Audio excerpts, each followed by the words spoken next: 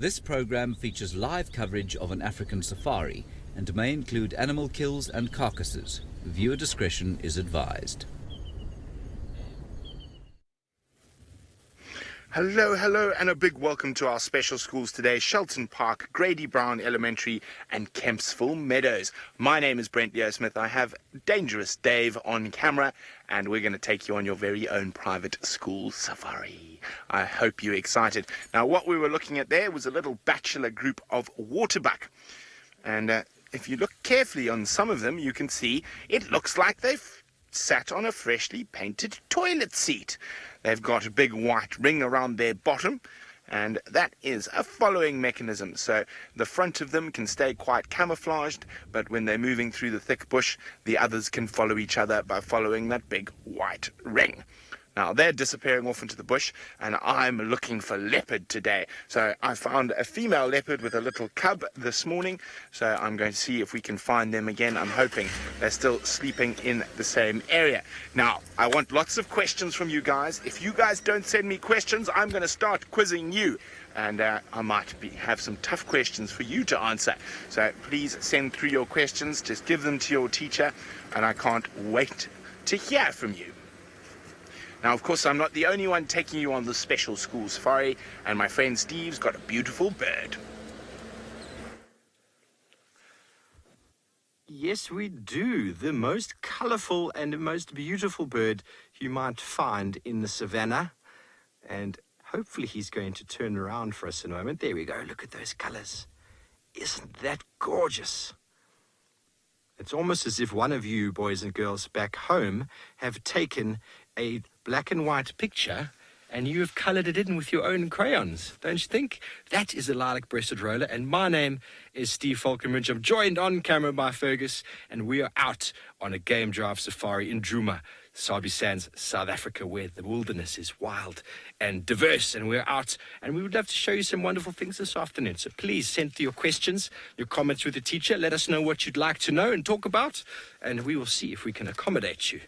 We are on the search this afternoon of a young two-year-old male leopard by the name of Hosanna, and hopefully we'll find him in time for you still on the show. We're very excited. I had the morning off. Ferg and I had the morning off. We're feeling very fresh and good to go. Aren't you, Ferg? Yeah? How beautiful was that bird? It is a very common bird in the area. It feeds on insects, and they like to live in dead cavities in the holes of dead trees. So really, really marvelous bird. The most photographed bird in the Kruger National Park, and it is the national bird of Botswana and Kenya. So isn't that very interesting? What is the national bird of America? I do know the answer, but let's see if you boys and girls know what your national bird is. I hope you do.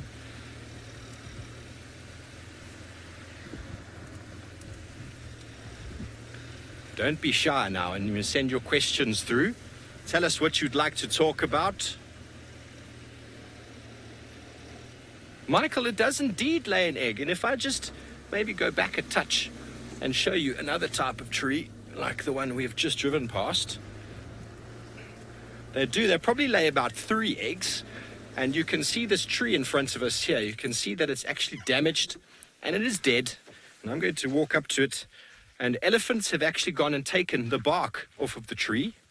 Because what you must understand is if you remove the bark around a tree like this, it's like taking off the blood vessels in your skin. No blood can get there. So no water or nutrients can get from the soil up into the tree. So they like to live in dead cavities in a tree like this.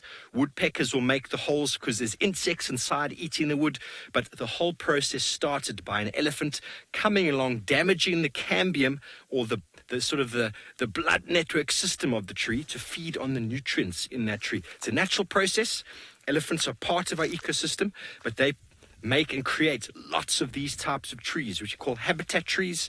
And elephants are regarded as an ecosystem engineer, which means they create the landscape. They damage, they break. It's very destructive. But the savanna biome, where we are, lots of grass and lots of trees behind me, is where these animals occur. And there's lots and lots of birds and mammals that like to live in trees just like that have been created by the feeding of elephants. So amazing. We can talk about the largest mammal in the world, or land mammal, creates something for the birds to lay their eggs inside. Lady Brown, you are 100% correct about the American bald eagle.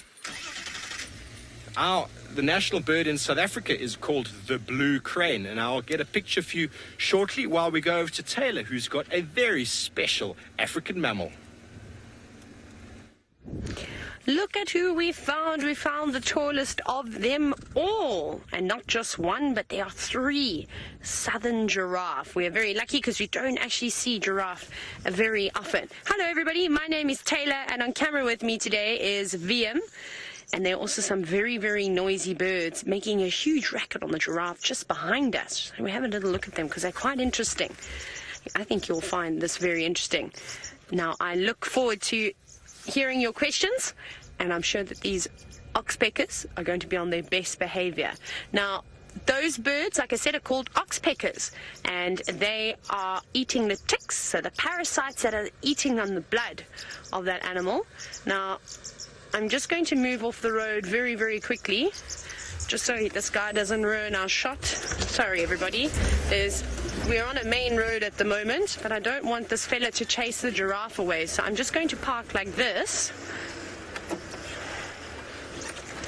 And this giraffe is being very kind to us today. Thank you, girl.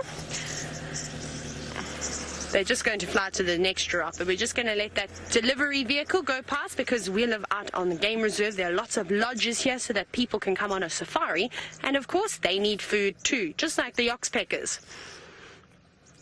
Now, oh, that one's got a long string of saliva coming out of her mouth. She's very gobby today. Ryan, you were asking, why are giraffes spotted? Well, lots of the mammal species out here, all the different animals, need to have some form of a camouflage. So those big blotches on their bodies will help camouflage them. And I suppose it's just like how some of us have got freckles, some don't have freckles. Some of us have blonde hair or brown hair or blue eyes or green eyes or brown eyes. It's all just in their genetic. But the southern giraffe, all of them, will have these big blotches. And some of them are darker than others. Some have got lighter. But that's quite cool.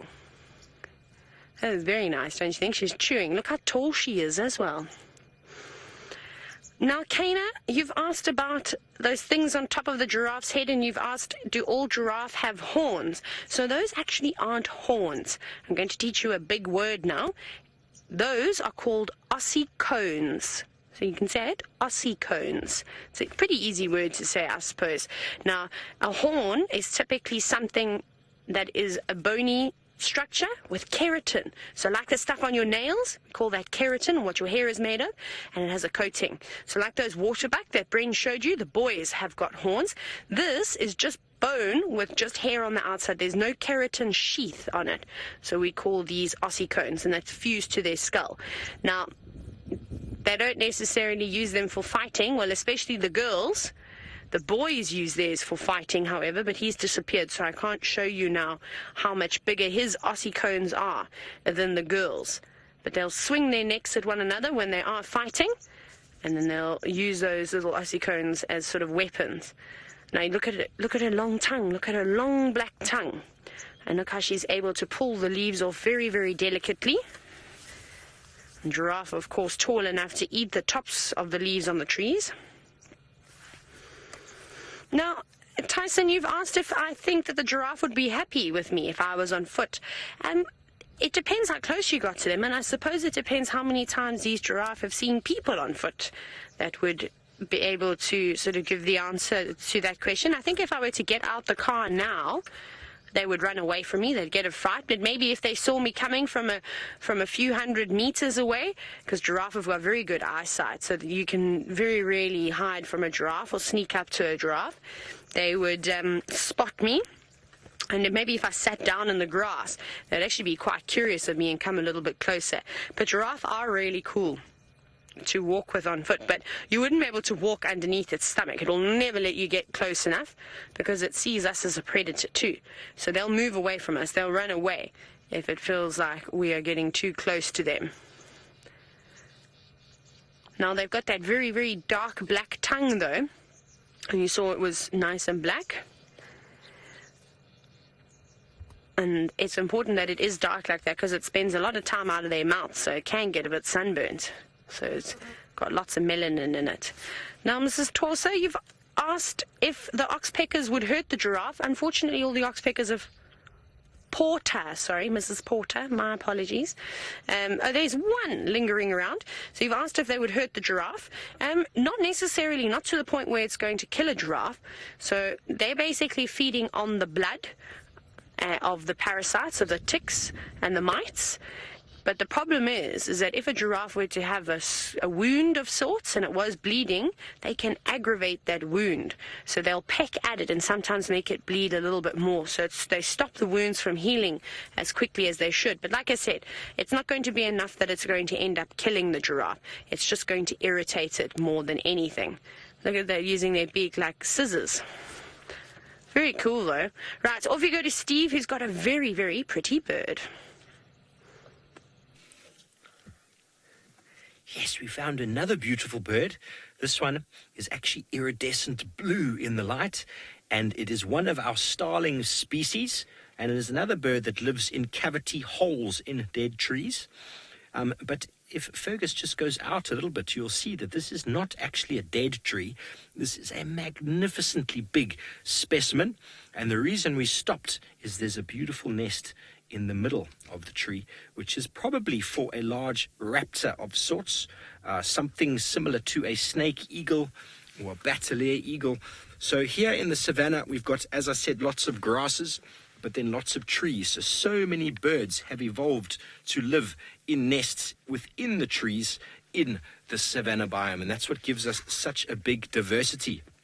If we just had the grasses, then we'd only have birds that can live on the ground. But because we've got the trees, the living trees, as well as the dead trees, we get so many more different species that can grow there and live there and breed there. And so I'm going to show you a little picture of the bateleur eagle, and this is probably one of the prettiest eagles you'll ever see. It's not a true eagle, though. Have a look at that. Look at that beautiful, beautiful bird. Well, Jaron, you want to know if there's any birds with red feathers? This one's got a red face, and yes, I will show you really quickly. There's actually a whole family of birds called the turacos that have got red feathers, and I'll show you that very quickly while Ferg quickly looks up at the tree. I'll find it for you. 75. There we go. I found the picture. There's a whole page of birds here with some really beautiful, beautiful feathers. And we find most of these down here in South Africa, not necessarily in the savanna biome. We get these two, the bottom one, the purple crested, we get here, and the grey go-away bird we get here in the savanna biome.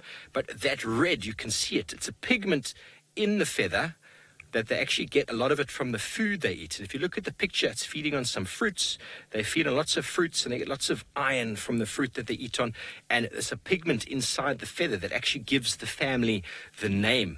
So it's a very, very cool name. You can see there it says Turaco, and that is called tyrosine. I know it's a very big word. Don't worry about remembering it, but it's what gives this family their name. And those feathers are the only true red that we find here in nature. And the green on the back, it's the only true green pigment in birds found in South Africa. And that's also got a tyrosine in it, but a Turacoverdin. I know it's very, very big words, but Turaco is named after those two pigments. And aren't those birds just beautiful? Beautiful, beautiful. So we're going to go over to Taylor, who's found something from the Lion King. We have its Pumbaa. Well, maybe not exactly Pumbaa, but one of Pumbaa's cousins, and there's the rest of the cousins running in the background. We'll see. Maybe they might come back again. They're just hiding behind the bushes, but we have them set in a trap because warthogs love to wallow in the mud, and there's a little pan just to the right of where we are. So maybe they're going to come and visit us again. Let's see. But these are really cool creatures. Actually, no, I think I might have to move for them. Go. Let's go back. Now, Scarlett, what a great question. There's one warthog that you can see. You've asked, are the animals always on the road? No, look at these ones aren't on the road at all. They're near a road, but I think that's just because they're eating here. So, funny enough, there's not that many roads. Like if you compare how much grass there is here, there's only a couple of roads. So they do use the roads when they can because it's easy for them to walk on. It's like if you had to choose and you're walking in a forest, would you try and climb over all the trees and all the thorns and the stinging nettles and the and all those wonderful things? Well, they're not so wonderful. Or would you try and walk on a pathway that maybe somebody has already made for you? You'd probably choose the animal pathway or the footpath that has been worn by people walking there. And the animals will do the same thing. So they don't have to use them all the time. They just use them every now and then. But when they're feeding like this, and that's what they're doing, they're having lunch at the moment, there's no need for them to be on the road because there's no food there. And they're very hungry, trying to eat as much grass as they can before it turns all brown. Oh, hello little one, this is a young pig. Now, Tyson, you've asked, why do they run with their tails in the air? Pretty cool when they do that, hey? So that is a type of a follow me sign. Now remember the waterbuck that you saw with Brent? We can go back to them. You saw that white ring on their bottom, or maybe they weren't facing you, but they do in fact have a white ring, and there's a waterbuck there. I can just show you. So that is the waterbuck's follow me sign, and then the warthog has a long tail which it can point into the sky, so that when they're running in the long grass, and see that warthog has to stand on his tippy toes to be able to see over the top of the grass. But if it just puts its tail up, the rest of the group can actually see which direction they need to be going in. And the same thing goes with the waterbuck. That white ring stands out. Oh, look at this. Look how they've gone down on their knees. You see that? Now they've got almost like calluses. Their skin has become very, very tough on their joints. And now, Damrion, this sort of, and Damrion and Jordan, this will answer your question. The reason why they go down on their knees like that is so that they can reach the grass a little bit easier. So at this time of the year, though, they're mainly eating the grass seeds, but they're going to dry out fairly quickly.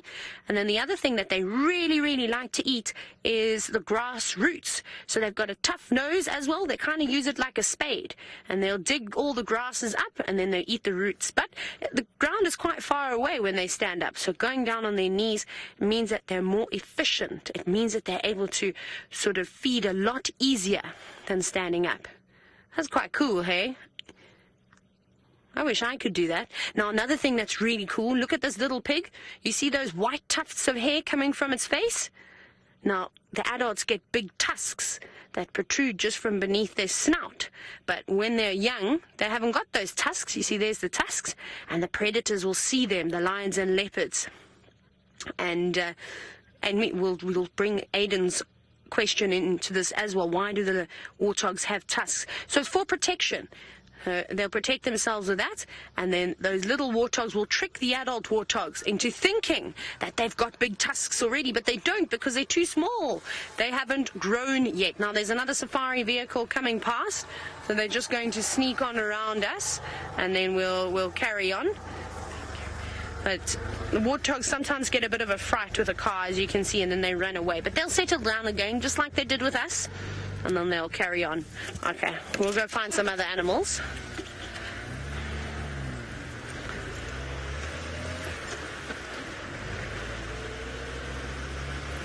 Okay, we'll try to find some more warthogs. Dion, now you want if what they do, they make lots of different sounds. They make squealing noises too. But they do a lot of grunting and snorting. It's quite funny to hear. But most of the animals actually are going to be quiet. They don't want to make lots of noise unless you're a bird. And birds are always very chatty. But the waterbuck, the warthogs, they typically keep quite quiet, because if they make a lot of noise, then the predators are going to hear them, and then they're going to know where to go and look for food. So they don't normally talk too much. They kind of whisper very softly to one another. Sometimes they're whispering so softly we can't even hear what they're saying anymore. Right, who is going to be our next animal?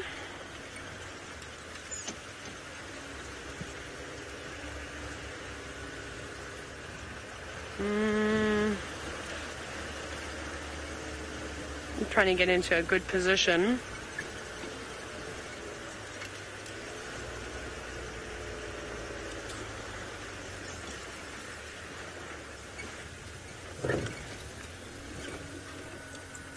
Hello, Impala.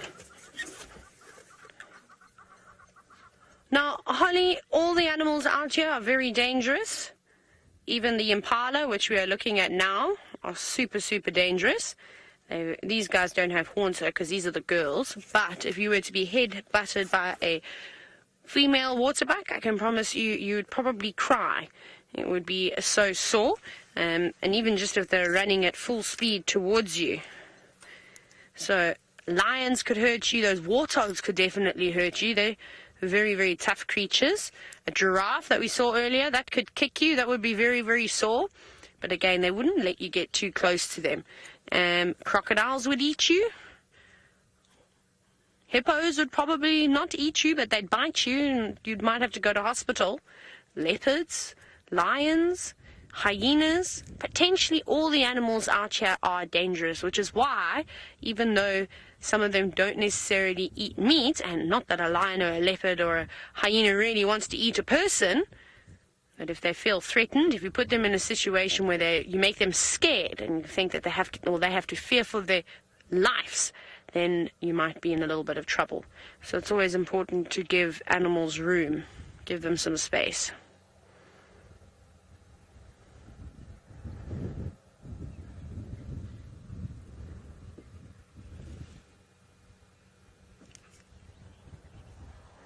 You can hear lots of trucks today.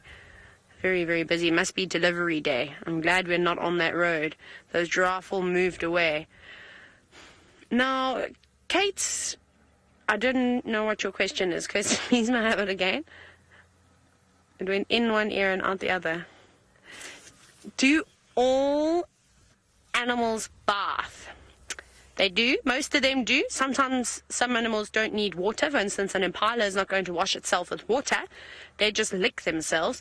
And there's a wildebeest over there that was just licking himself. Wildebeest are funny creatures because they are forever rolling around in their own dung and love rolling around in dust too. So they're not really too clean, even though they have a very shiny coat. And then impala even groom each other. Wildebeest, I haven't really seen too many wildebeest grooming one another. You sometimes see the mom grooming the little one, but that's a boy. That's a male wildebeest. So it just depends. And then birds love to bath in the water. And then just like that wildebeest and zebra also like to do it, and the birds, is that they roll around in dust. So you're probably thinking, but Taylor, that's not cleaning yourself. Not at all. That's doing the opposite. That's making yourself dirty. But what it is doing is that it's suffocating. It's killing all the parasites, all the ticks that those oxpeckers, those birds we saw on the giraffe, were feeding on. So if the oxpeckers don't do the job, then they can sometimes roll around and get rid of their ticks and parasites just by dust bathing.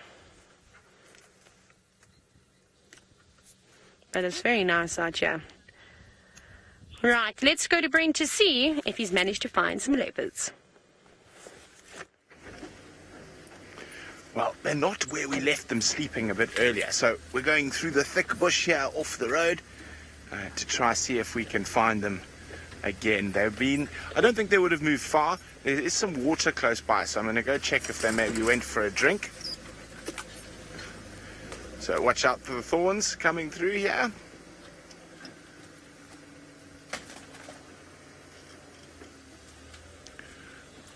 You got it there, Dave? Now, hello, Rebecca. A few weeks ago, an elephant did die. And it's a bit of a sad story, Rebecca. What happened is it was killed by another male elephant. So they were fighting for, well, ladies. There was a big elephant bull, and he was chasing all the other boys away because he wanted all the girls for himself. And his tusk went under that other elephant's armpit and hit some vital organs, and that is how that elephant died, unfortunately. But that does happen. That is nature. So I'm just going to do a quick check up on the road to see if the mommy leopard maybe left the baby here, because what happens when she gets hungry, she has to leave the baby in one place, and then she'll go out hunting. So we're going to go check on the road to see if she did that.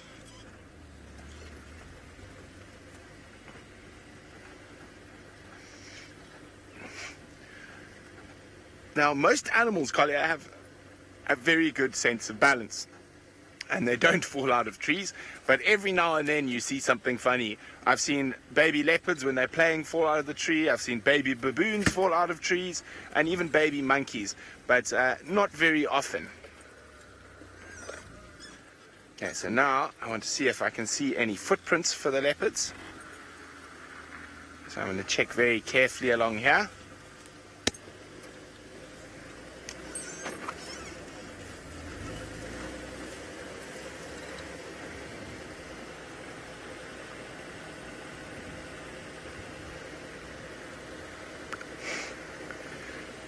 Lillian, yes, they do. The vehicles do sometimes break down or we get a flat tire, but normally we fix them quickly so we don't have to interrupt the safaris.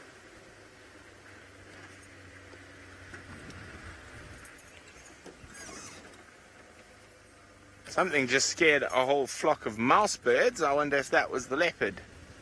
Now, they're called mouse birds because they've got a long tail like a mouse. Other than that, they've got very little to do with mice. And let's just check very carefully in here. I don't think they would have moved too far. It's been quite hot today.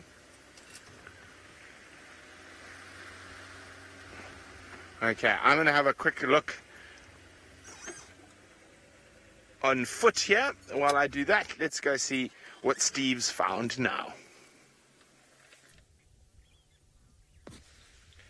We have found some marvelous creatures called wildebeest, which, if you translate that from the Dutch or the Afrikaans, actually means wild cow. Because the first people to South Africa, when they saw these things, they looked like cows that had gone a little bit mad, because they tend to get quite excited and run around in circles, and they are beautiful. I heard some noises coming from this area. It sounded like some zebras making a bit of a distress call. So we came quickly back here to see if we could find them, and we have a roadblock of wildebeest in the road. What can you do when there's a roadblock? You just have to stop and wait. So to answer Taylor's question, sometimes you do find animals in the road. They don't really see it as a road. They see it as a more soft spot without any thorns and sticks. And so just a bit of a sandy patch. And wildebeest are actually very, very renowned for making these sort of sandy patches. They can be quite destructive to the environment, but naturally it is a good sign. But too many wildebeest in an area can be a problem. Up in Kenya, these animals move huge distances in search of food. Dion, if you have a look, Fergus is going to frame in on them. You want to know, what do wildebeest eat? And they are grazers. They are short grass grazers. They feed on quite low cropped grass. So they quite often follow zebra that have got teeth in the top and the bottom of their mouth, very similar to us. And they're able to chomp the grass right down.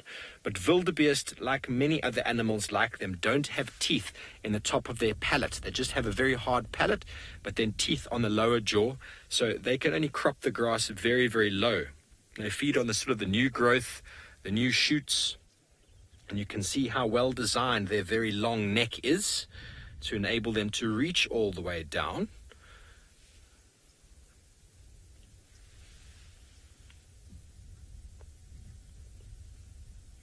Diana, yes, you want to know how their legs hold them up.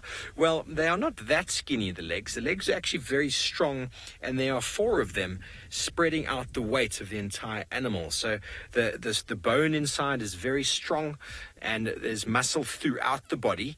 They don't really need the muscle in the legs like we do, like our calf muscles. You can see the bottom of that one there. They've got very powerful muscles in their rump and in their shoulders, which enables them to run very, very fast over a long distance.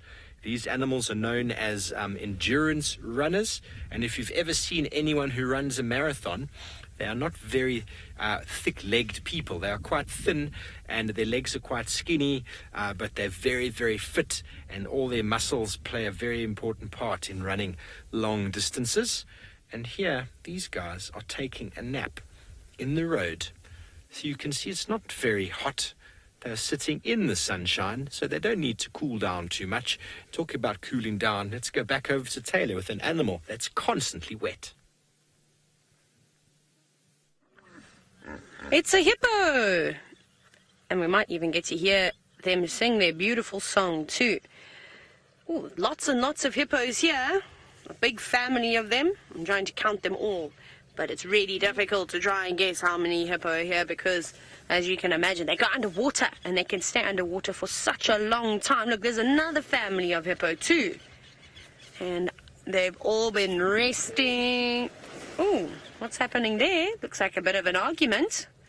Somebody stepped out of line. Now, it's very difficult to tell the difference between the boys and the girl hippos. But it is easy because you can just find the ones that have got babies at their sides and then you know that those are the girls, and there are lots and lots of moms in this pod of hippos. So that's what we call a group of hippos, a pod or a raft. There's one. No. Asia, yes, they will kill people. They will indeed. Hippos are one of the most... Deja, sorry. They will kill hippos. No, they won't kill hippos. Hippos will kill people because they're one of the most dangerous animals in Africa. And the reason why they are so dangerous, even this little one that you're looking at could cause you some serious trouble, is that lots of people throughout Africa still use rivers and dams and things like that to wash their clothes, to wash their pots and pans, and even to go and have a bath. Or if you're on a canoeing safari, perhaps, or you're just fishing, you have to be very, very careful because hippos don't like people very much and they're very protective, especially moms over their little ones, and there'll be one big bull, one big dad in the family too, and he doesn't like anybody to come near them. So where they're most dangerous is when they're out of the water. It's because they don't feel very safe. They feel very happy when they're in the water. You can see they're not angry with us at all. But when there's some little ones climbing out, just on the other side, look at the little tiny hippos. There they are. Those are babies. Can you believe it? They're so big. So when the hippos leave the water, when the sun goes down to get some grass, because that's what they eat grass. And if you come in between a hippo and the water, they're going to panic. And they're going to run straight back towards the water. And if you are in their way, you will get trampled. And if you get too close to them on a canoeing safari, you're going to be in a lot of trouble too.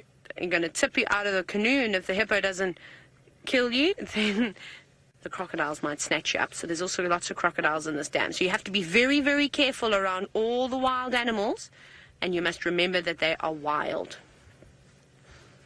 That's a big hippo. Hey, look at that one. Huge.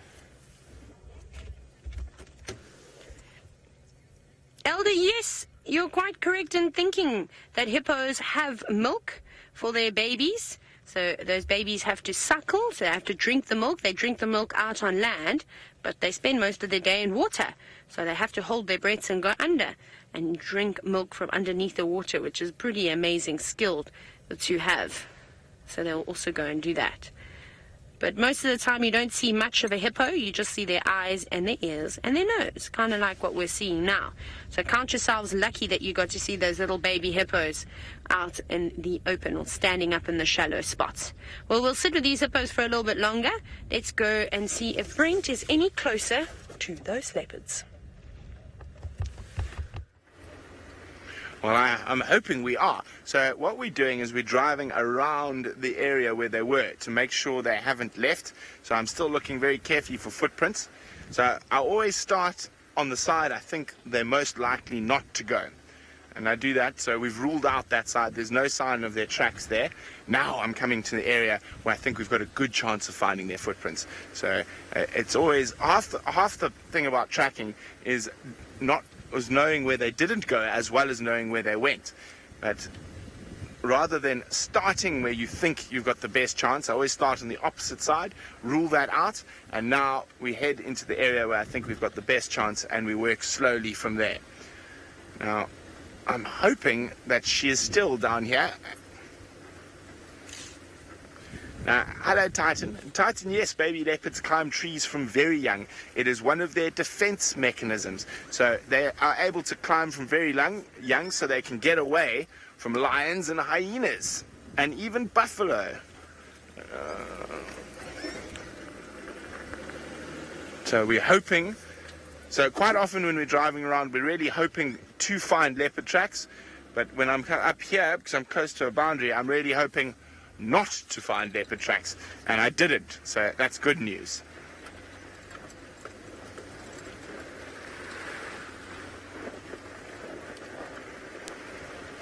Now, leopards don't always walk down the roads. That's why I have to check very carefully, just in case they crossed.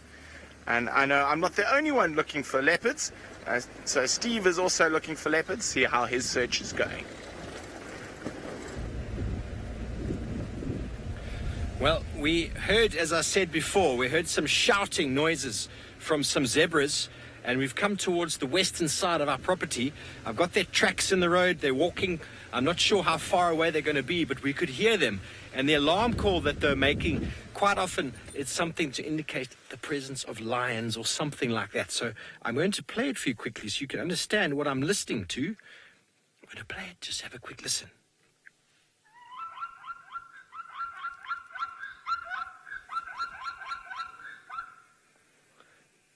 One more time.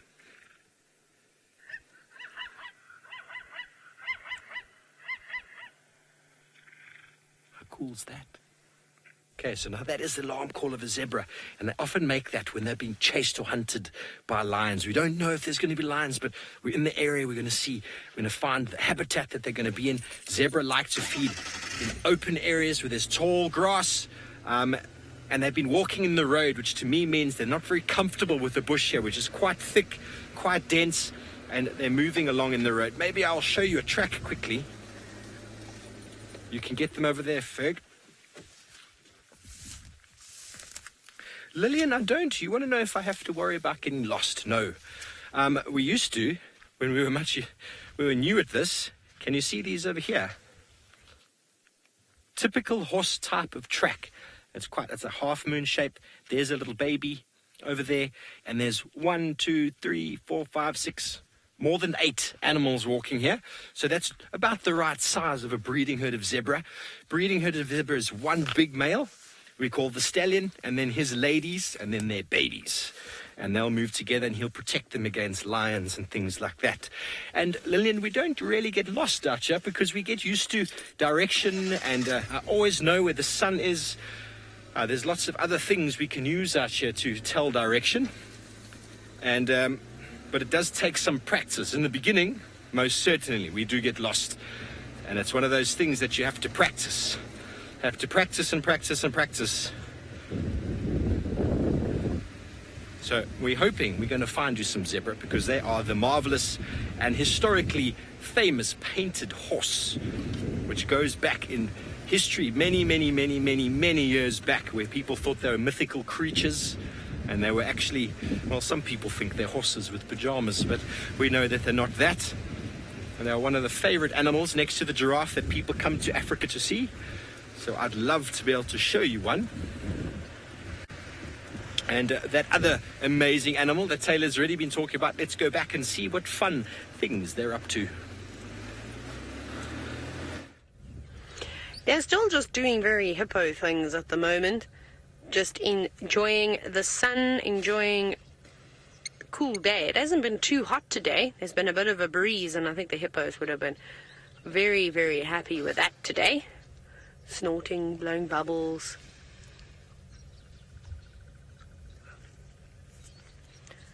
Now, Destiny, a great question from you about whether hippos sleep underneath the water.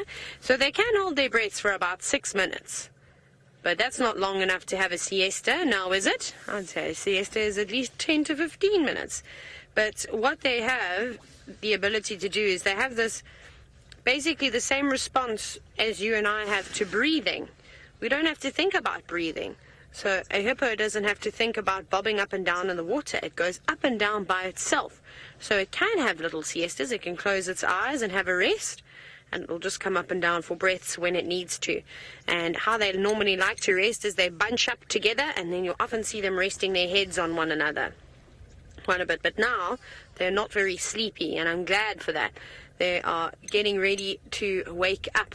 because in just a little while, I'm just trying to see what the time is, in about 2.5 hours time, the sun is going to go down and the hippos are going to come out of the water, because that's when they start their day. They have night shift, whereas some of the other animals have day shift. See, that one's hiding from you now. There he is. And Michael, you are asking if I think that hippos mind if it's windy. I don't think so. I think because they're spending most of their day in the water, and if they wanted to, they could just hide away behind some of these little islands over here that will protect them from the wind. Oh, look at this. Open your mouth. Look at those big teeth. How cool was that? Thank you, hippopotamus. That was very kind of you. So no, I don't think that they mind. Some of the other animals that are living outside of the water, they don't like the wind very much. Like this morning, we saw a lot of the different animals heading into the thickets, into all the sort of areas where there was lots and lots of trees, because they can't hear very well. The wind muffles the sound, but the hippos don't mind that too much. Maybe on a windy night, they'd be a little bit more skittish, so they might get a fright a little bit easier, which would make them even more dangerous. I promise you, won't believe how quickly these hippos can move on land. I mean, they're quite fat with short little legs, but they can move those little legs really, really, really quickly. That was very cool. Now, there's some cool little birds as well up in the tree that I want to show you. There's some go-away birds just up on top. You may have heard them. They were making a strange sound, going quack, quack, which was quite a funny sound to hear, hey? So that's why they are called go-away birds. They're shouting at you, telling you to go away. A lot of the birds actually get their names from the sounds that they make. So there's a bird called a hoopoe. Maybe some of you have seen a hoopoe. And it goes whoop, whoop, whoop, whoop. Which is quite cool. These are lovely birds. They're good birds to have around, because if there's going to be a leopard or a lion, these birds will spot them and then they'll shout out. But I think that they've come to have a drink of water. They seem to be a little bit hot today. Now, poor Brent is not having much luck at all with the leopards this afternoon. But maybe you can all shout on 3. 1, 2, 3. I should probably tell you what you should need to shout. Say, good luck, Brent, in finding leopards. And I'll send you back to him. Well, thank you very much, Taylor. Well, we haven't given up yet, and I don't give up easily when it comes to finding leopards. So we've done our big loop across, and we're hoping that she is still just in those thickets where we were a bit earlier. And who knows, maybe we'll get you a last-minute leopard for your school drive.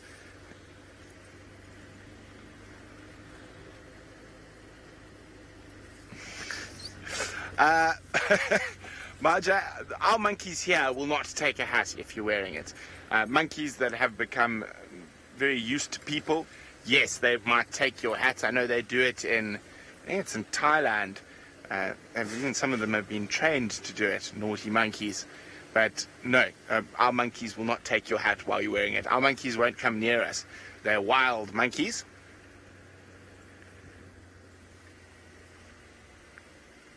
Okay, so let's look very carefully from here. She could be anywhere around here. There's one little water hole I want to check carefully.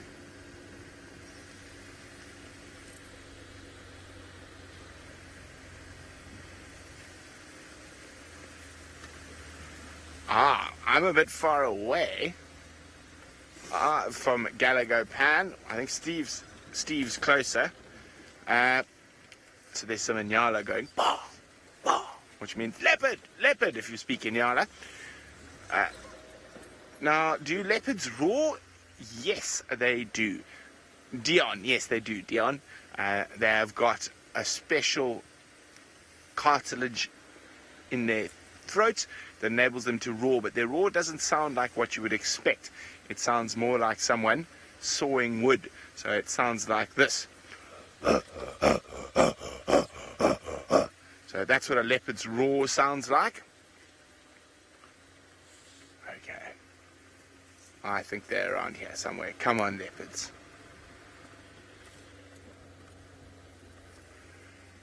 Make a last-minute appearance for us. Oh dear. I think I'm going to go check that water hole quickly.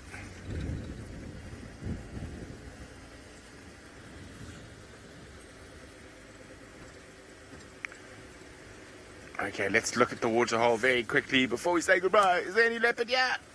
No! Oh dear. Nothing at the water hole, but a big thank you to Shelton Park, Grady Brown and Kempsville Meadows Elementary Schools for joining us on your very own special school drive. For the rest of you staying on board, I think Steve's racing towards where there's a Nyala alarm calling at Gallagher Pan. Well, ladies and gentlemen, welcome back to the normal start of the show. And please feel free to send your questions and comments through to hashtag Safari Live or follow us as usual on the YouTube stream. This is live and interactive for those of you who are new to the show. And we are excited. We heard, myself and Ferg heard zebras initially alarm calling from this general area. We had some tracks of the zebra coming down a road called Galago, which is kind of west of our camp. And the tracks sort of veered off into that block. We then had reports from James, who's in camp himself. He heard some Nyala's alarm calling, which is a loud, oh, oh, something like that. And it was coming from the same sort of area. I was trying to pinpoint what area that zebra alarm call was coming from. And now with James saying that the alarm calls of the Nyala are coming from Gallagher Pan, we've kind of narrowed down our search. So we are just turning in. We'll be getting into the pan in the next few minutes, but also listening and keeping our eyes very well peeled to the surroundings. It could be a leopard, it could be a lion. I mean, zebras would also alarm call to leopards. I've seen a young zebra be killed by a leopard before, and then the family went absolutely ballistic for the longest time. It's very sad, really. I honestly believe that female was mourning her offspring. It was a very sad day for her, but a very good day for that leopard because he got a meal. See, we are back again. This is where we passed the tracks. We're just going to come down this next little left. Who knows what we could find? The anticipation. Remember, ladies and gentlemen, this is 100% live. We have no idea what we might find around the next corner. No idea. And as you've seen, those of you who've been watching the show, we often find predators because of the alarm calls of prey animals. And yesterday, if you were watching last night, we had Tingana, and as he was walking down the road, and Nyala saw him, and oh, that same barking sound. And they are, in my opinion, Nyala, very, very reliable indicators of something furry with sharp teeth and claws. So we're not far away now. How is everyone this afternoon, evening, morning, wherever you might be? It is Thursday. Ferg, is it Thursday? Is it Wednesday? I'm quite sad because Fergus goes on leave the day after tomorrow. We've had a marvellous 2.5, 3 weeks together. We've practically driven every safari together. I think there's been 3. We've been punctuated with 3 in between. So it's been marvellous working with you, Ferg. But the anticipation is building. One more left turn and we are in Galago Pan, keeping our eyes very well peeled.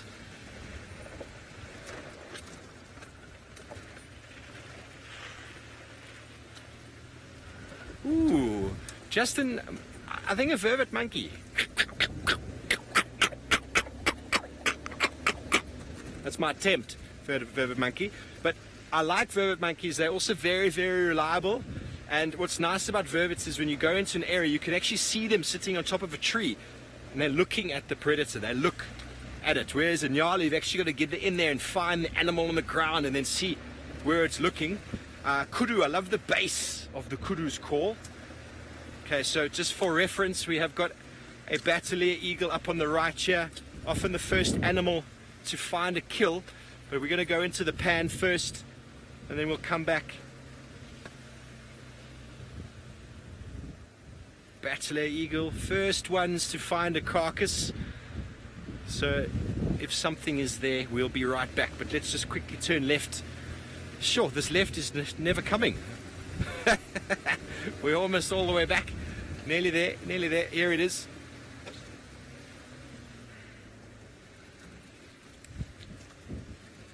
Apologies for my eye contact. We are scanning. Now this is the road. Also want to see tracks in and out.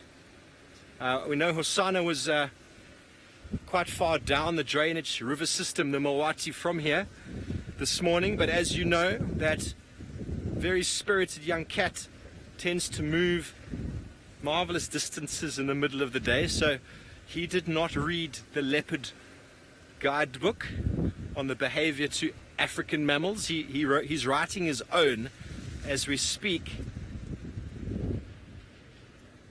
And Gallagher Pan is a little pumped pan just next to Gallagher Lodge, which is just here. Our camp is a little bit further to the right here. And it is marvelous how many interactions with large wild animals we have right here on our doorstep. Obviously the water being there is the draw card, which brings them in. There's some Nyala footprints in the soft sand. Whoa!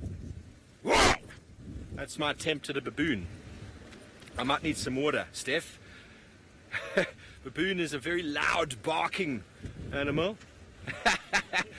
Did I give you a fright, Kirst? I'm sorry. You asked me if I could do one, and I just went straight off the bat, you know. You see, if you build it up for too long, you kind of like pull yourself out of it. But if you just go straight for the alarm call, because you know that's the objective, is to alarm those around you. And Kirsten's just telling me in my ear that I alarmed her there, so I'm sorry, Kirst. It was fully my intention. Okay, so here we come into the pan. We keep very close eye. Obviously, just because it came from this general area doesn't mean it happened right at the water's edge. Very nice area here. We've had Pumbaa here many times. It's a very tricky drainage system to track in there, so hopefully we will get a sign of something soon. I love this anticipation. This is the true meaning of safari, adventures in search of wild animals under African skies. I can feel Fergus in the back. He's taut with anticipation. Aren't you, Ferg? Okay, so those Franklin there are looking quite relaxed. And the birds are always a good one. The predators often move off. There's some more Nyala tracks. The predators often move off. We saw Tingana yesterday. As soon as that Nyala barked at him, he just walked straight away. So Impala here looking very chilled. Very relaxed.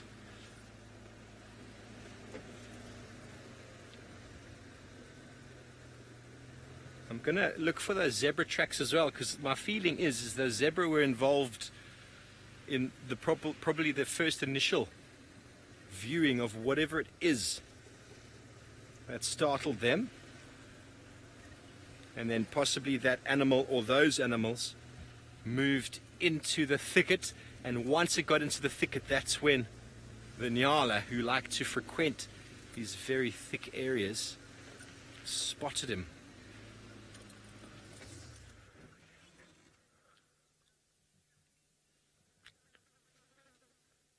Just going to have a quick listen, see if there's any more alarm calls coming.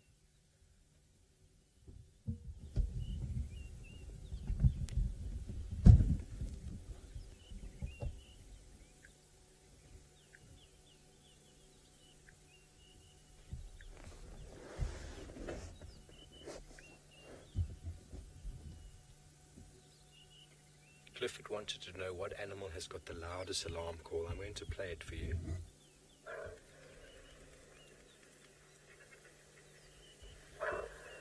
That, Clifford, is a kudu. The reason they alarm call like that and so deep is because of the vegetation that they occur in. The Nyala is quite similar to that. It's just a little bit less bass. Okay, well, nothing urgently rattling nearby. Let's keep going. We are in a little drainage river crossing here, so hopefully we're not going to lose your signal.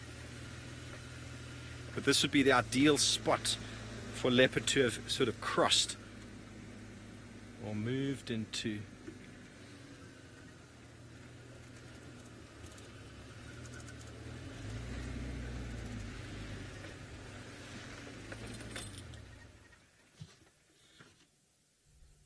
I thought I heard some Franklin alarm calling.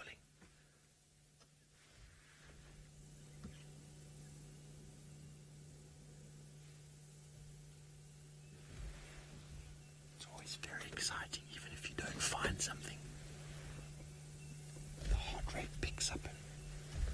So James had a hukumuri here just the other day, somewhere here on foot. It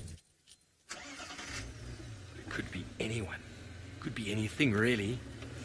Good chance, though, that it's a leopard. Ferg is keeping his eyes peeled.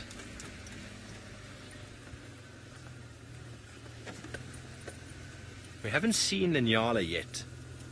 Normally they kind of, if they can, they'll actually follow that predator as long as they can, because as soon as they lose sight of the predator, that's when the predator becomes dangerous. A leopard that a Nyala can see is not really a dangerous leopard, because the Nyala can just sort of hop, skip and jump away from him. They are very awkward looking when they run, but they do manage a little bit of speed.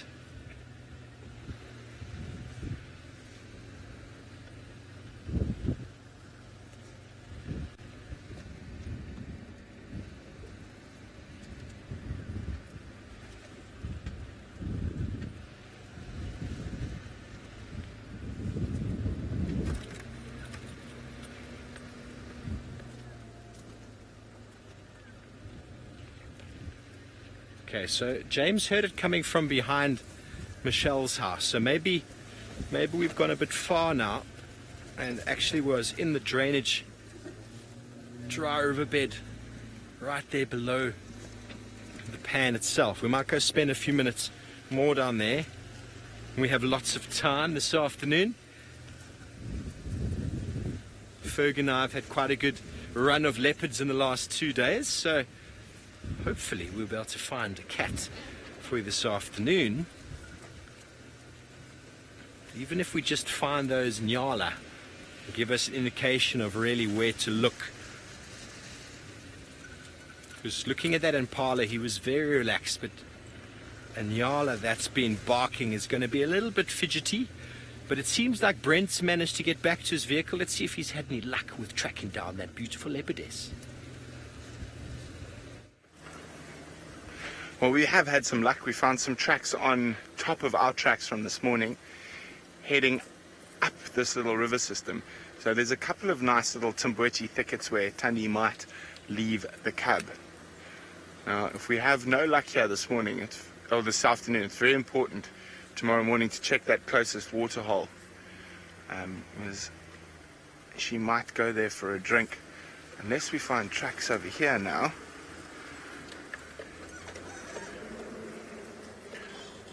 Sometimes it's better to change your angle. That's why I look backwards, actually past where there's better light.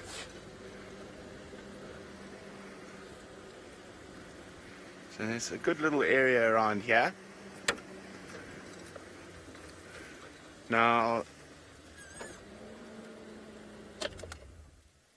we saw some monkeys a bit earlier, and if the monkeys had found her during the day, that's probably the main reason why she would have moved up away from that, close to that little pan from the tracks there. Could you have drunk there today? Nyala, monkeys. So if the monkeys were alarm calling at her during the day, she would have moved out of sight and then rested up again somewhere where she was out of sight of the monkeys.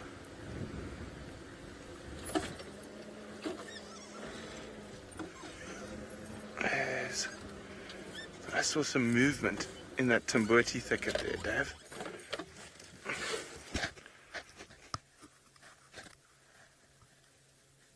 Oh, it's so dark. I can't see anything now.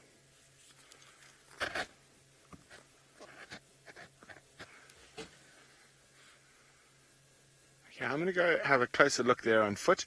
While we do that, let's send you back to Madam McCurdy.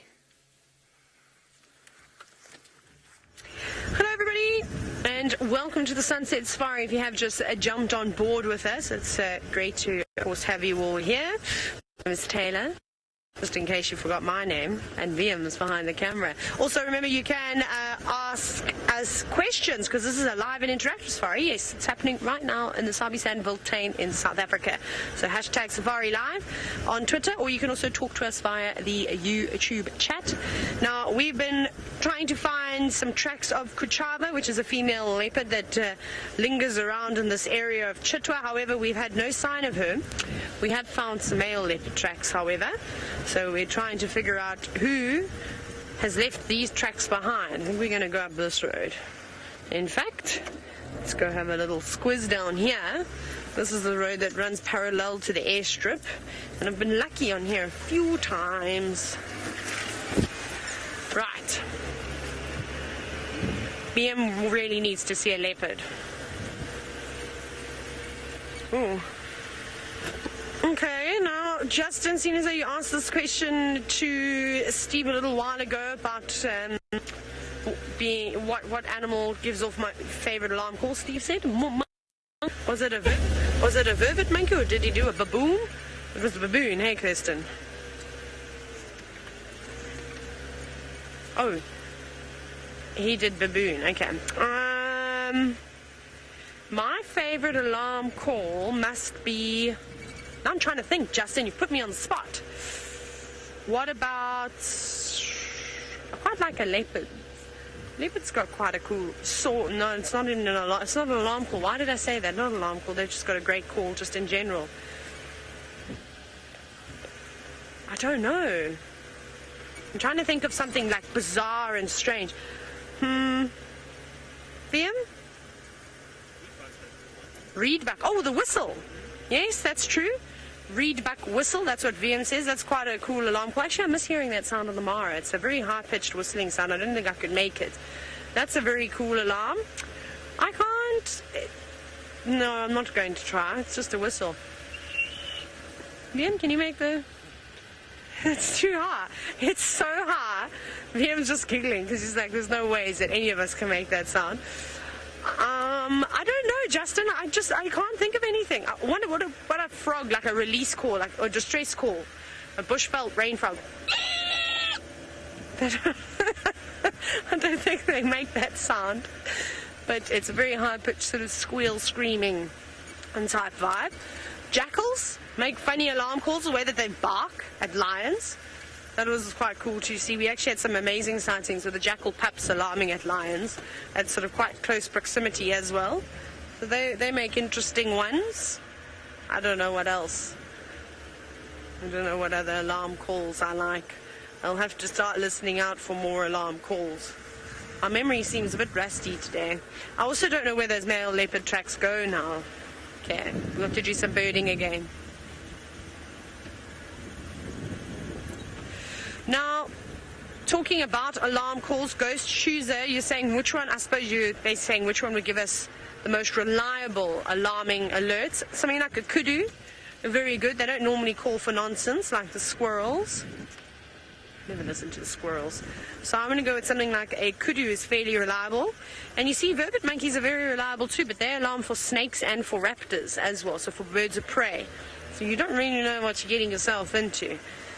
So yeah, for me, it's going to be a kudu or an inyala, something along those lines. At this time of the year, you can get quite excited. You'll often see us quickly turning our cars off to listen, because we'll hear impala, and it won't be an impala alarming. It will be the male impala rutting and making that sort of snortling noise. It's a new word for some of you if you are new to the show. Snortling. Snortling is the gurgling, grunting sound that an impala ram makes when he ruts. So we will try and listen out for it, and then if we hear it, we'll let you listen to the snortling sound.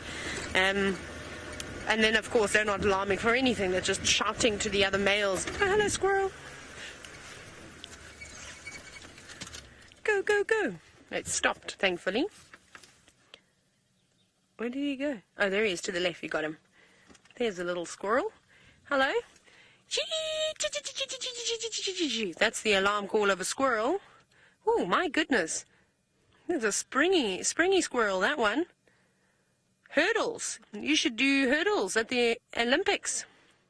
Well done. Now, got itself up on a little bit of high ground there, just to check that everything's okay. Now, the other day I was watching a squirrel in camp. It was quite funny. It didn't know I was sitting in my room. It's going to come out the other side. And it had its nose to the floor. It was desperately looking for something. There it goes. So they must have an incredible sense of smell. I wonder how far away they could smell from things. There you go. Just checking the flowers. Smelling the flowers, the roses. Not the roses. That one was a Wealtheria. Now it looks like some flannel weed. I like the way it keeps popping its head up. Just moving very, very swiftly through there. Looking for nuts or seeds or anything that it can gobble. What'd you get? Maybe a little seed pod or something. Maybe eating a little flower. No, it looked like it had something in its mouth. Taking it with them. I think there's a flannel weeds that are growing there. Too small to be elephant ears. It looks like it's feeding on something there. Maybe little new buds of the flowers, perhaps? Yeah, it looks like it, hey? Those are the little buds. Just taking one or two little nibbles. So again, squirrels, very, very diets. They'll take whatever is around. Obviously, they're not meat eaters, though. They'll eat nuts, seeds, flowers when they can. I've seen them eating a little bit of fruit, but they do prefer the seed type.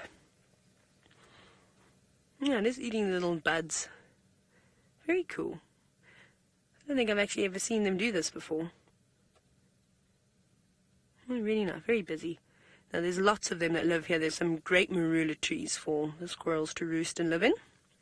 I think they feel quite safe here. Of course, nice tall grass for them to hide around in. Lots of fallen over trees, or maybe not fallen over, maybe pushed over trees by the elephants. Very nice. Now, there's just a vehicle coming, so I'm not going to move right now. We'll wait for them to pass, and well, while I wait for them to pass, I'm going to send you back to Brent. Well, we found more tracks in the little river system there, and all of them are heading east. So I'm just going to go up onto Cheetah Cut Line again, just double check that they haven't crossed. What I think has probably happened is that Thandi has left Kalamba somewhere in those really inaccessible thickets, and she's gone off hunting. So I just want to double check that. So what we're going to do is we're going to head up to Cheetah Cut Line, make sure there's no tracks crossing, and then come back down Leadwood. And I've just got a gut feel to check the southern Mawati. Now there is something that people don't often think about. Since we talk about alarm calls all the time, Sitting Bull is wondering, do any of the predators have alarm calls? Yes, cheetah have an alarm call. Wild dog also have an alarm call. Wild dog alarm call is very distinct. It's a little bark, and they don't very much bark very often. The only real bark is an alarm call. Cheetahs are sort of a high-pitched squeak, for lack of a better description, a high-pitched chirp, actually. They do alarm calls, and that's generally only, coalitions, if one member hasn't spotted the line, and often females with cubs will give off alarm calls. Okay. Let's check carefully now.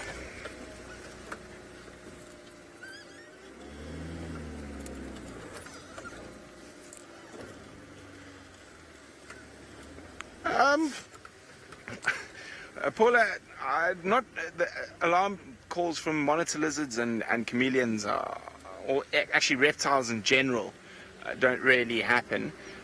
Chameleons can scream. That's generally when they're being devoured by something. And monitor lizards have it's not an alarm call, it's a defensive hiss when approached by a predator. They puff themselves up and go. But I wouldn't call those alarm calls per se. And I think she's done exactly what I thought. So I'm pretty sure Thandi's left. Is that too close for you there, no?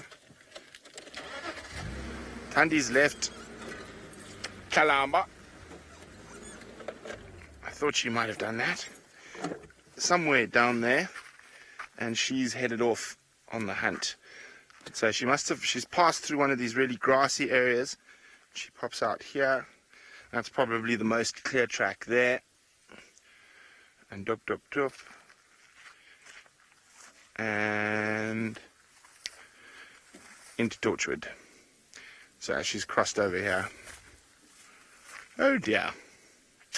Well, that's how it goes. At least little Tlalamba there, so hopefully she fails in her hunts behind me, and on her way back to the cub manages to catch something inside Juma. So I'm going to just do a loop around. You never know, she might have already be on her way back, because those tracks look like they're from quite probably middle of the day, so quite a few hours ago, so she could easily be on her way back toward Tlalamba, especially if she's caught something.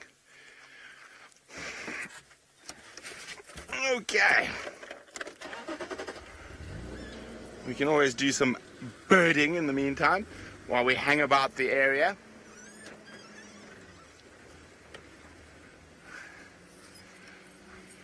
Tlalamba, Aunt Joe. Tlalamba is how you say Tandi's cub's name. Tlalamba. Tlalamba. Dave, can you say it? Tlalamba. Nakhuluma kahle mfowethu. So here we go, yeah. So there's no sign of Tlalamba's tracks here, only hers. As I say, she could have done a big loop and gone back towards that area. There are some patches where it's near impossible to see tracks due to the thickness of the grass on some of the roads.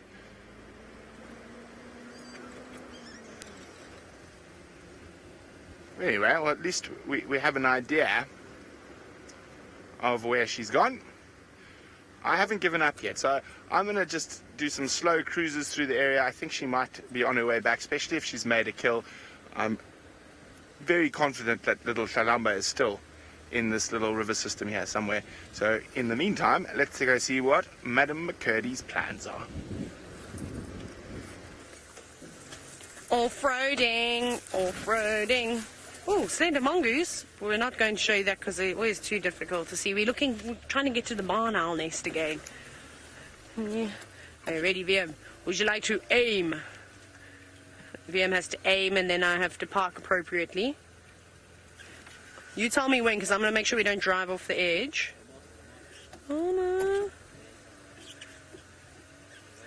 A little bit back. Sorry, everybody. Just bear with us. A little bit back. Are these leaves grown more? How dare they? We get the scissors. Okay, we're going to just have to deal. Okay, now I'm going to look for the spotlight. Where are you? Where are you? Sorry, I'm bouncing around now. I don't even know where the hole in the nest is. I don't think we're going to see anything, Bim. I think it might be a bit too light still here. Yeah. I think the other afternoon when we were here, it was just the perfect amount of overcast. And then we could shine the light. It was also a lot later than what it is now. But there are 3 barn owl chicks living in that tree. Just not for us to see today, I'm afraid.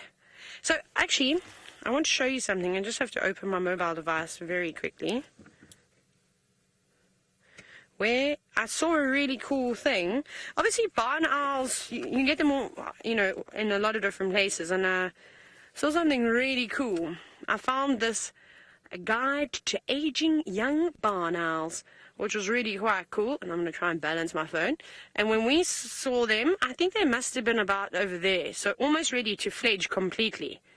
I'm surprised they haven't left the nest. So at about 56 days or so. Oops, sorry, not quite completely adult-like just yet. I think they were somewhere around there. So almost ready to leave home. So we better try and make the most of it and come and look for these owls as often as we can. Pity that it's just too bright. Sorry, everybody, but we will try again at some point. Okay, now I'm going to try and get out here. Now, Robert, I suppose this is a hard one. I don't think I would be birding if I could find cats. Just a little, didn't want to get scratched there. Oh, I scared a scrub hare out. Hello. Diurnal scrub hare. So I I like a bit of both. I mean, birding is obviously really cool, especially if you're in a new area where maybe you haven't, you're going to find a new bird of sorts. That's pretty cool. Otherwise, I would prefer to be looking at a leopard or a lion or something like that, or even something like this, a scrub hare, something out of the ordinary. And we know scrub hares are typically diurnal, so it was just resting under some trees, very fluffy. It will probably go back underneath that shrub in a little while. I'm sorry for making you scared, and I hope that barn owl doesn't come out and get you. I'm actually going to move, because I would feel absolutely horrendous if a barn owl came out and swooped down and snatched up that scrub hare now, because it would have been my fault. So I'm going to leave it, because I don't want to be held accountable. Sorry, go back and hide away. I think it will. Let's check here to see if the adults are here. They might be roosting up in trees nearby. Although I'd imagine Mom and Dad would be very busy at this point. If those chicks are at that age, much older than I initially thought, then Mom's not really going to be waiting in the nest with them anymore. They're both going to be out looking for food. So I really really hope that we get to see them one last time before they take off. But they'll probably go out with the adults and learn to hunt with them too. Anyways, let's go to Steve. He is apparently searching for something. I am indeed, Taylor, and the barn owl chicks, I think, are probably the most fluffy looking things out there. Little balls of down feathers, very cute. Down feathers and eyes, that's all they really are. We've been having a little scratch around here. There's been no more alarm calls, no more sort of indications that a predator is nearby. I had a big loop looking around for some tracks, nothing at all that I can see. But this area is very, very dense. And it would be very easy to lose a leopard, even if it was walking in the... Nothing on the road, nothing in the drainage system that I saw. And no more alarm calls. So the animals have gone very quiet.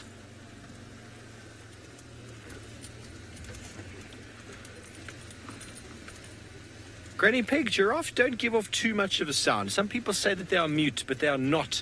They do sometimes make noises. I have heard giraffe bellow when they're trying to be pulled down by a predator. I mean, like a proper bellow. I could not mimic it for you. It was a very sad sound, or very loud, frightening sound. And then also, when they are being torn apart, they make a very loud bellowing sound, which is not a very pleasant sound, but... Sorry about that, Ferg.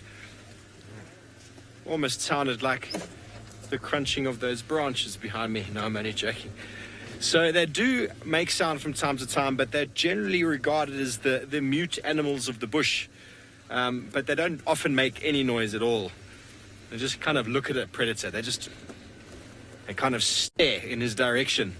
And then all the other animals can see the giraffe. And giraffe are very reliable, though. They might not make an alarm call, but when you see giraffe all standing, all looking at something, then there's a very good chance that there is something moving across the landscape.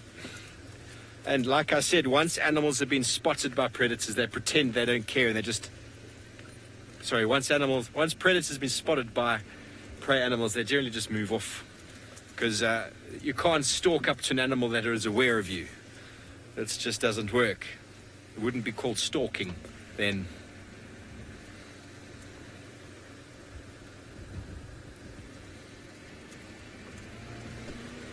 Twin Dams, Shabamu Road. Thank you very much. Update from Taylor's. Potentially Tingana might be moving into Djuma.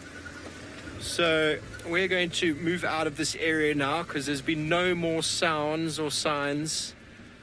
So maybe we'll go and find the Duke 2 nights in a row. I think, Ferg, that could work for us.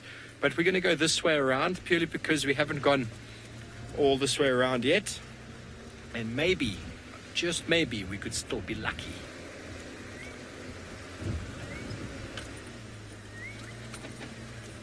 Yeah, the sound of a southern boo-boo over here. Of course, as soon as we stop the car, he stops.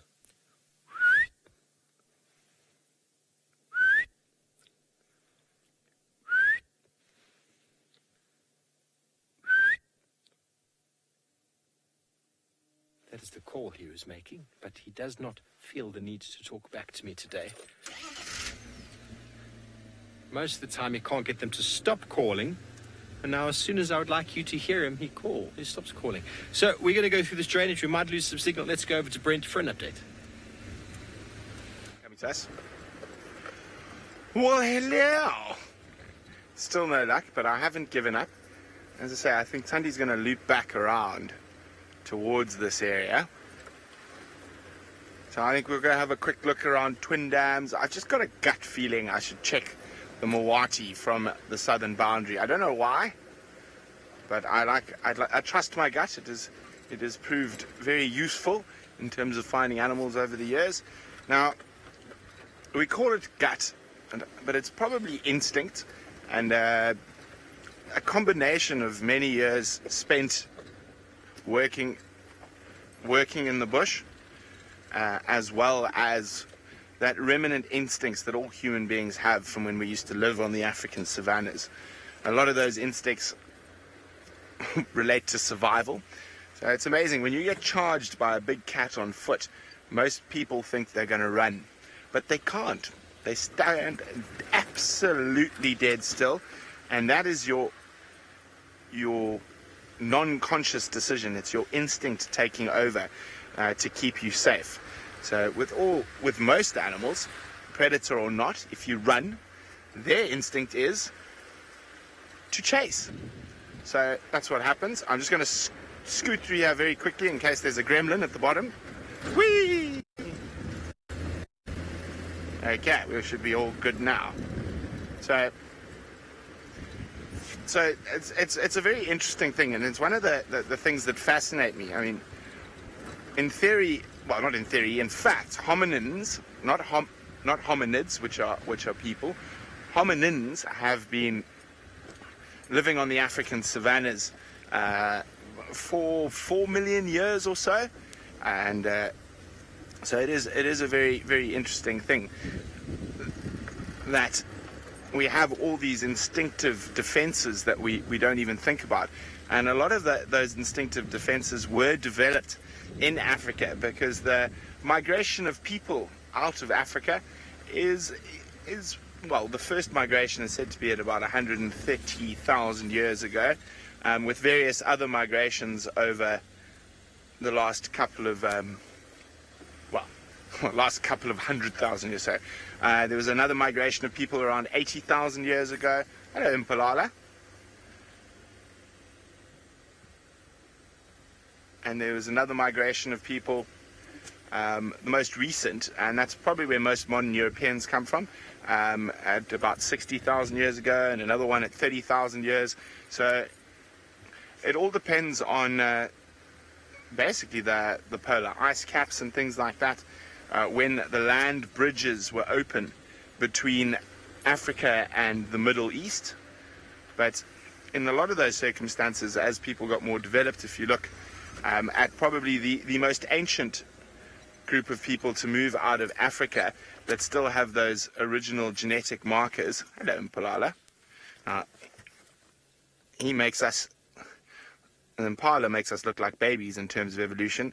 They've been unchanged for 1.6 million years. Oh, here we go. Battle Royale starting. Charging in. Another male.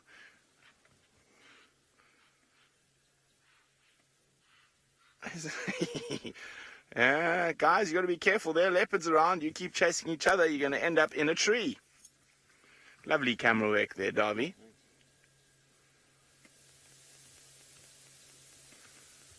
So, as I was saying, it's quite interesting. So, the Papua New Guinea and Australian Aboriginals have the sort of oldest genetic markers that tie into Africa in terms of when they first left Africa. And, of course, they're at it again, Darv. Where'd they go? Snort, snort. They might charge back again soon. It's a lovely light here.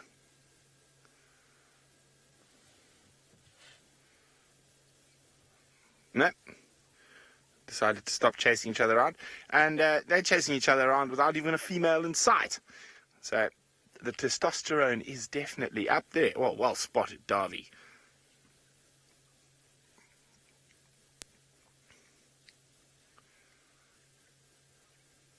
So it is one of the things I find most fascinating is the movement of people and our instinctive responses to animals, and how evolution has played such a major part in our daily lives that we don't even consider. The fact that we like to go home when it gets dark is an instinctive response to avoid things like lions and stuff like that. So it is absolutely amazing. And if you look at some of the recent discoveries in terms of paleoanthropology in South Africa, Homo naledi in particular, and that's been a fascinating thing, and it's also very interesting in terms of citizen science. Anyone can go 3D print those remains and have a look at them. There's a lot of alarm calls going down there. So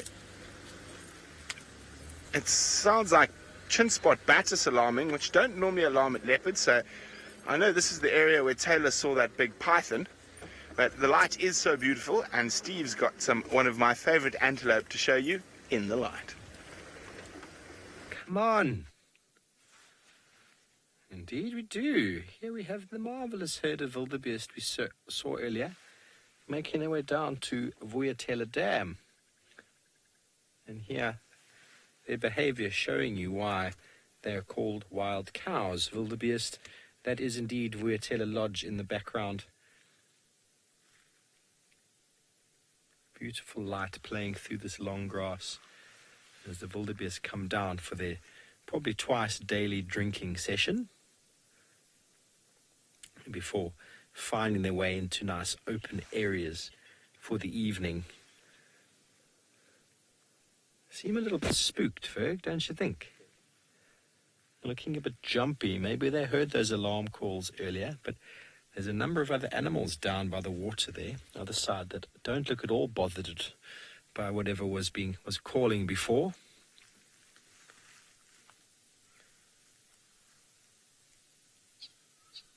Seems to be the way with animals. They get alarmed, and then it doesn't take very long for them to relax again. It's kind of like a perpetual state that they live in. We have security, we live in security, and we don't really realize what it feels like to live on constant edge. And animals out here are constantly in potential danger, and so they live in the moment, which is a very important concept for most people to experience. And I try as much as possible to live in the moment. Take it as it comes.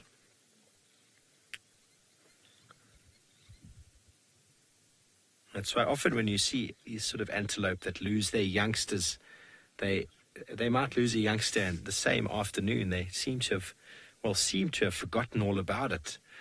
But it's just because they live in that constant sort of survival mode where it's eat or be eaten, or survival of the fittest. What's that, Ferg? Back to me, he said. So survival of the fittest, and you've got to drink, you've got to eat, you've got to live. That's the way with these animals. And they come down in the herd, safety in numbers.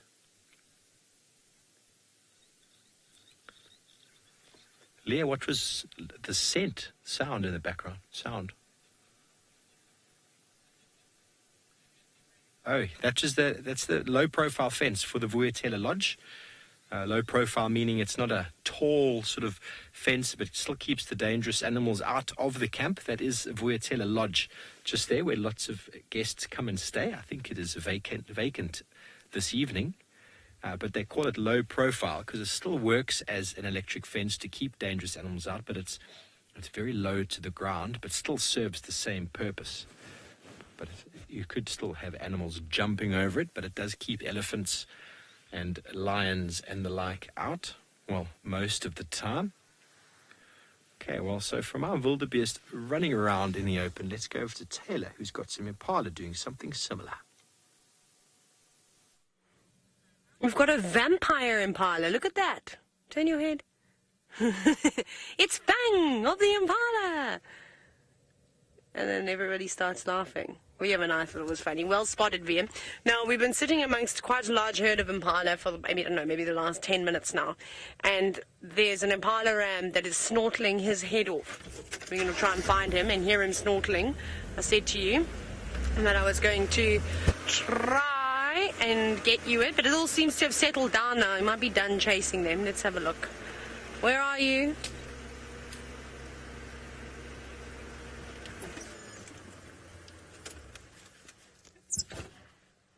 Hello, ladies. All popping their heads up. I think he was snorkeling because there was another Impala ram that I could hear snorkeling in the distance. But now, like I said, it seems to have stopped. Oh no. There he comes. There's Bossy Pants at the back. You might just be able to see him. Wait, there he goes. He's doing it, just very softly. Come on. Maybe when they run this way, he'll do it. The rest of them are all going to come out in this beautiful golden light in just a minute. They're taking their time. I don't know where he's trying to herd them, but it does seem like he is trying to herd them away from this thicket area. Perhaps he wants them to go out to the open now. He knows that it's time when the leopards start coming out, or the lions, or even the hyena. Oh, he's coming. There, he's doing it again. I don't know if you can hear it. He's not doing it properly.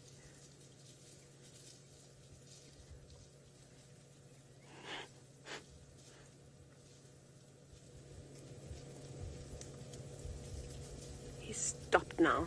He's just watching. Shame, it must be tough for these guys because they don't want that herd to get too far ahead. Oh, there he comes, and he's coming out now. And then he'll throw his head back and make the sound. Please do it just once.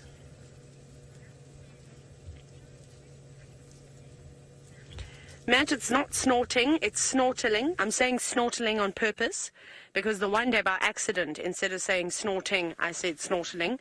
I was trying to describe the sound that the impala makes. And then I was like grunting and snortling. And then it's not, snortling is just stuck. Let's go up ahead and watch him. He's going to do it again, I'm sure, because when he gets out to this open plain, I'm pretty sure we saw some more impala herds. He might feel that, you know, the other male might put a little bit of pressure on him. Right, I'm going to go to the next gap. Yes, why do you do it when I'm driving? It's rude. Bossy Pants, don't you dare go back. He's just done it again. One more time. Just one more. I wish I was threatening. Well, as threatening as another Impala ram could be. There's the snortling sound. Not doing it full blast. He's got the volume turned down slightly when he does it. I think he's just talking to the ladies. But there we go. There you heard the sound now. Now you can understand what I'm talking about. It's not quite snorting and it's not quite grunting either. It's something in between. Anyways, I'm going to send you across to Brent, who's got an animal that makes a sound like this.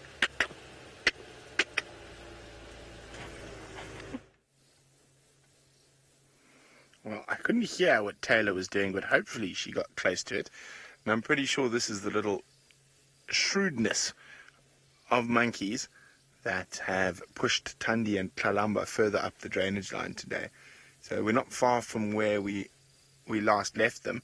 And some of these jackalberry trees have a bit of a late fruit, and the monkeys are taking advantage of it.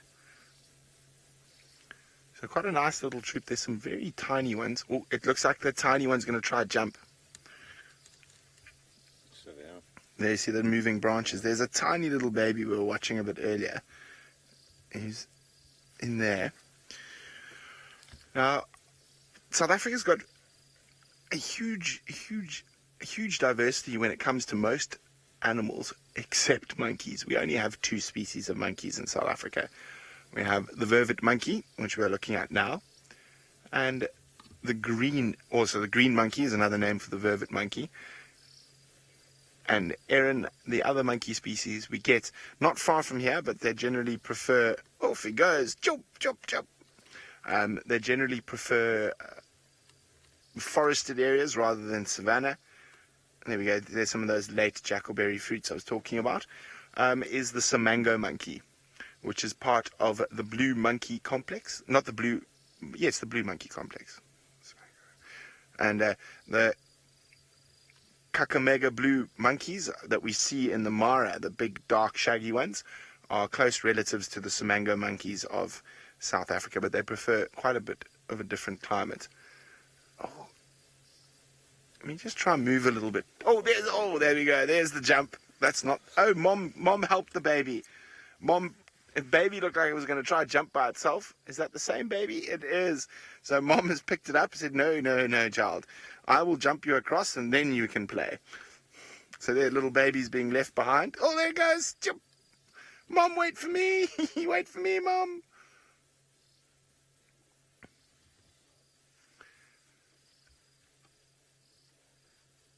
It's always nice to know where the monkeys are in case they start making lots of noise. Vervet Monkey, Ravinda. I'm not sure how they got the name Vervet Monkey. I will try find out for you. I'm not sure. Vervet Monkey. Green Monkey is quite self-explanatory. They do have a greenish tinge to themselves, to them. But I will try find out where Vervet comes from. I'm not 100% sure. Maybe it's from vert, green, in French. I don't know.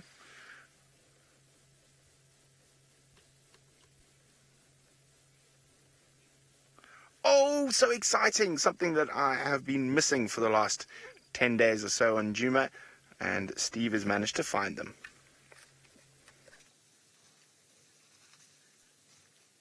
Look at what we've got. The first breeding herd of elephant I've seen in a month and a bit.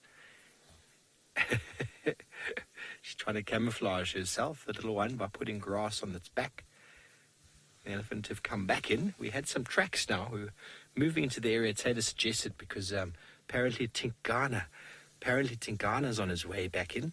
And we had some tracks coming north already, which we went past, which is the direction these ones are going. And as I came around the corner, we saw this herd moving the same direction. So it's not the first herd. There's more of them that have already crossed the road. So I think that they have now come back from further south, maybe towards the Gabbros and sort of the eastern side of the Singita area in the Sabi Sands. And now they are here to reap the rewards of all the beautiful green grass under the trees. And obviously the leaves as well, as this one is showing us. Yay, I'm so happy.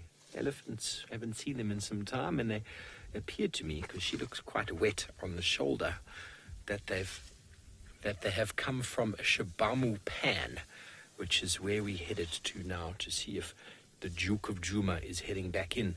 And the 2 or 3 times I've been with Tingana, he's been moving along the road we're going to go into now, scent marking. So if in fact he is on his way back into Djuma, a good chance is he'll carry himself all the way along that road, scent marking, to displace Hukumuri, who we've also found on that road. So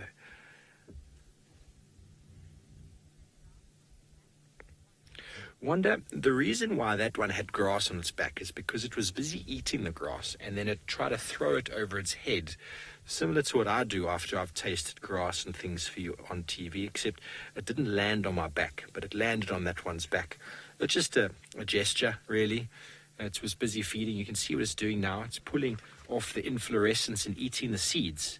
And once it's eaten the seeds, that sort of cellulose-rich, long, stalky sort of part of the grass, it's useless to the elephant, really, and it will either just drop it on the floor. Sometimes they grab it with their trunk, and then what happened? Oh, looks like it might eat it this time.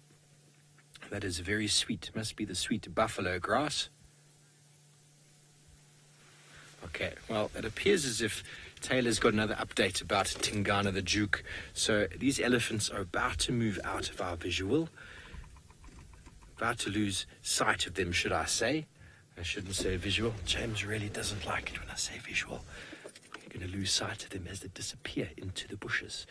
Well, let's go see if we can find the Duke. I'm excited. Elephants, they are coming back. I saw a couple tracks, and I thought, we are headed off to find the Duke. We're not going to off-road for Ellie's, because that's just not really right. We'll just stay on the road. We're just off the road for them there, and marvelous that they are back, and they're moving north, directly towards our camp. So, well, let's, in the meantime, while we turn onto this road, go down to find the Duke, let's go back over to Taylor and see what she's up to. Smiling. We're going to Vuyatela Dam, not Vuyatela Dam, to Chitwa Dam again to see what we can see. We're just driving along basically the edge of Chitwa Lodge. It's the elephant wire that is beautifully illuminated in the golden light. It's very pretty this evening. I've never seen it so gorgeous. Of course, not stopping any leopards or buffalo or hippo from going into the lodge. Oh, there was a little mousie. Did you see that, VM? It was so small, but I think it's gone now. There was a tiny little mouse or shrew or something about that big. It just went boop, boop, boop, boop, boop, across the road. We'll never see it again, though. It was too small to find in the grass. There was a giant kingfisher that I'd like to try and find again at the dam. Diego, you are wondering if this is really live. Yeah, what's the time? It is 5 Central African time, 18th of April 2018. My name is Taylor, because you must be a new viewer. VM is on camera with me, and we are at Chitwa in the northeastern corner of South Africa in the Sabi Sand. Do you believe us now? Now you can ask me a question if you don't believe, but I feel like that would have been enough though. And where are our new friends? Like Ninja Bitcoin? They didn't believe that we were real or not, and then they can't stop watching. I haven't heard any quick questions from you for a while. Oh, gossip. What gossip is going on at the dam down here? Let's go and have a look. I see some very excited hippos. Excuse me, Egyptian geese. Thank you. Coming through. Oh, Ninja Bitcoin was watching earlier. That was my new friend. Someone try and get them back. So little three-banded plover. We've got hippos to see. So I'm trying to make sure I don't drive over the sticks and break the car. I wouldn't be too popular. So we'll look at the hippos first because they were quite rowdy.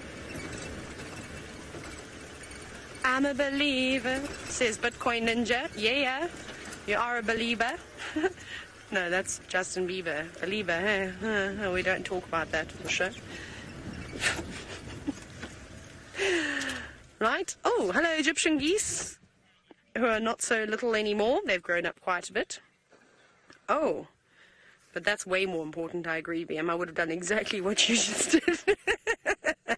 Did you see the importance there? How VM went, no Egyptian geese, and straight...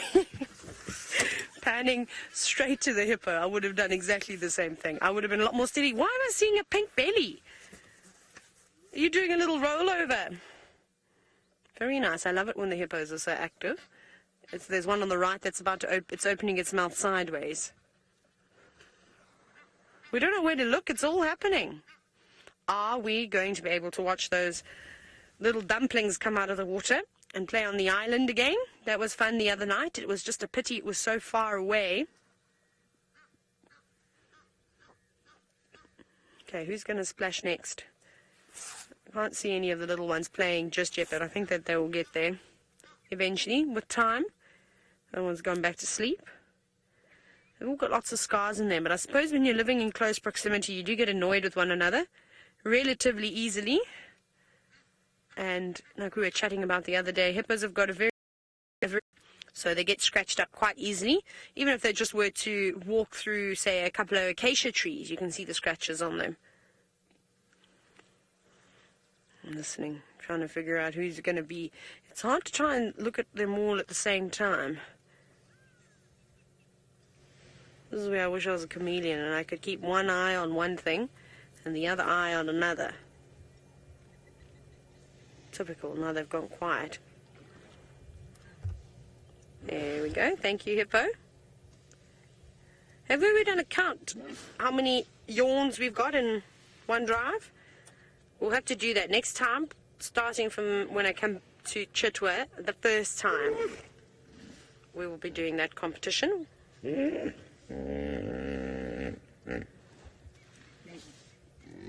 you've got to have all sorts of rules. Then can you count the same hippo? Like this little one's just given us about 500 yawn, and it's only done one proper yawn. And then some sort of half-hearted ones. There's another one on the right that's opening its mouth now. Goodness, we've had 3 in the space of like 2 minutes. Looking quite good, in fact. It's always nice. We're lucky that we get to see this so often. And we really are. Somebody else that I wish luck upon is Steve. I hope he manages to find Tengane, because from what I could hear on the Western Channel, he had indeed crossed into Voyatella. So let's hope he gets him.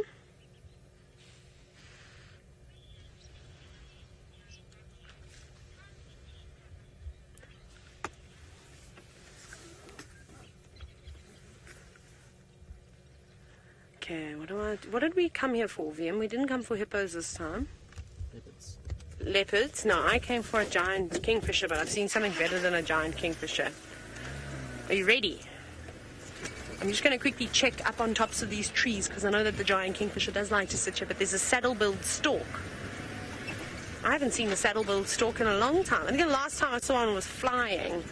It was also in Juma, but it was so far away. Where? And that's not my right. 3 o'clock.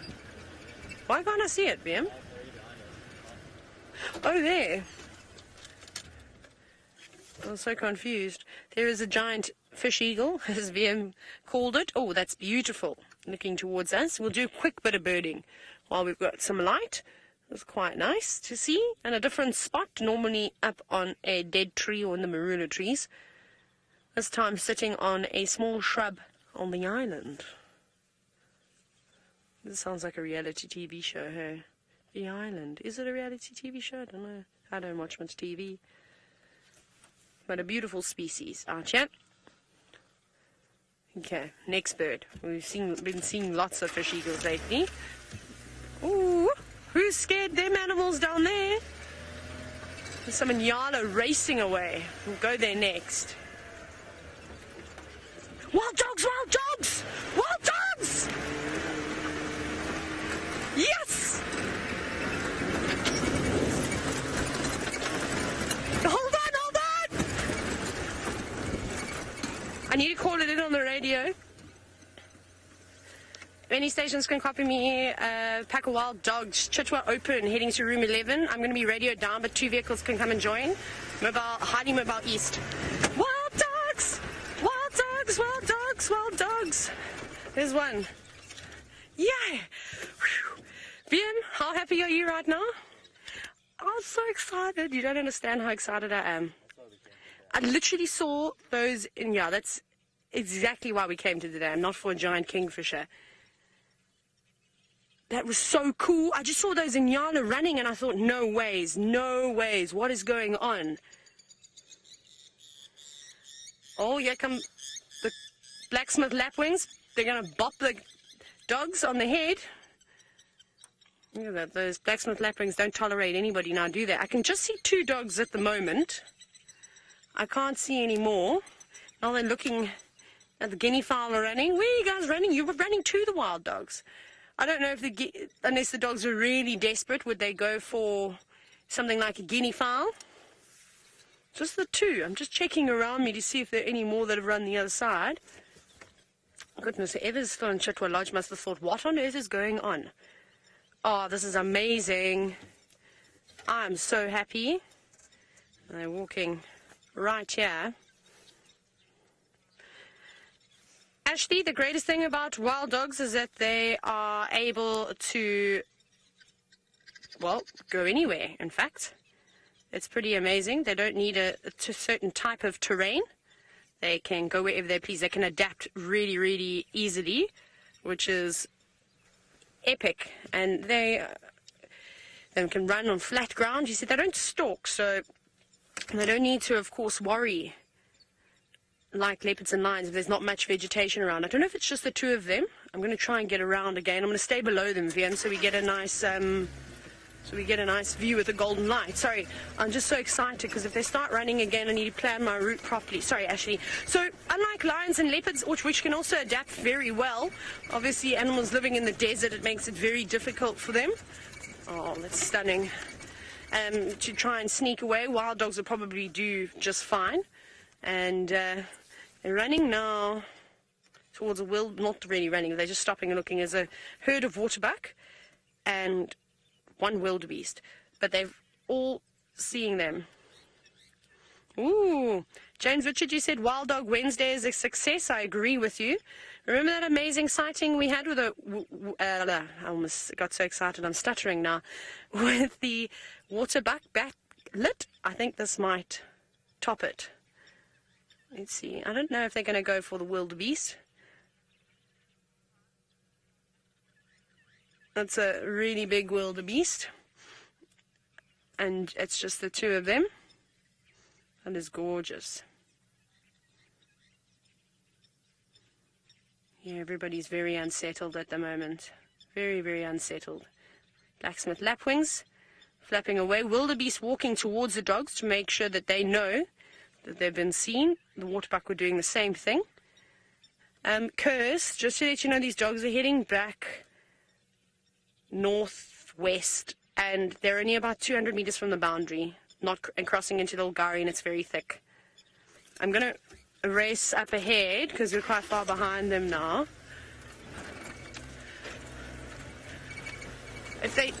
So just letting Kirsty know that they are close to the boundary. Does anyone know which wild dogs they are? And James Richard, you said Wild Dog Wednesday complete. I can't remember if I've already said that or not. Let me turn this radio on. Just an update. I've just got 2 wild dogs here. They're still Chitwa open mobile back towards JC Brinkpan. Still just one on lock.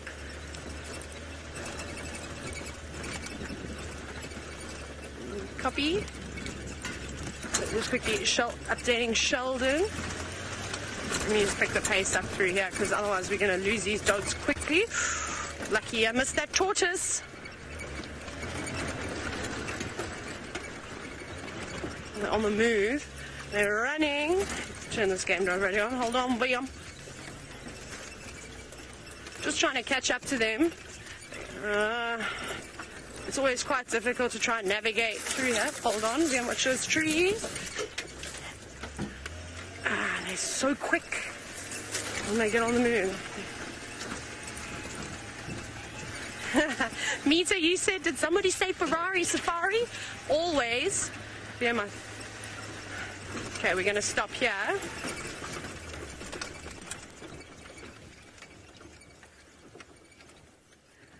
Okay, they're going to come out. So we're going to just view them in between the gaps. And they're going to walk out in about 2 seconds. And they come trotting past the car. Oh, interesting. The rest of the pack might be elsewhere. You know, I have seen about 2 or 3 before in the same area. Hey, doggies. Not afraid of the vehicles whatsoever. I've seen something. There's an Impala on it. There's a group of Impala. They're running off to the west. Let's see if the dogs have picked up on them. Sorry, VM was just fixing the aerial, fallen down. Hold on, VM. I think they're going. Impala already spotted them, though. They're not. You notice how quiet everybody's being. No one's really alarming, except those birds. They're just trotting, and they can outmaneuver us and outrun us so quickly. Oh, they're going to cross out.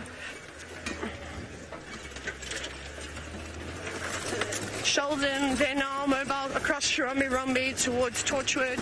I'm in between the cut line and Shirombe. Okay, hold on. Meow. Thank goodness for clear roads. Sorry, VM, hold on. Oh, there they go into Torchwood. You still just see the 2. And they are. We'll sit here, we'll wait. They might come back. They could quite easily bounce back again. We know what dogs are like. They're just waiting to hear something. Here they come. Still just the 2 of them. No sign of any more dogs. Quite interesting. I'm a bit confused with what's going on at the moment with the packs that we're seeing.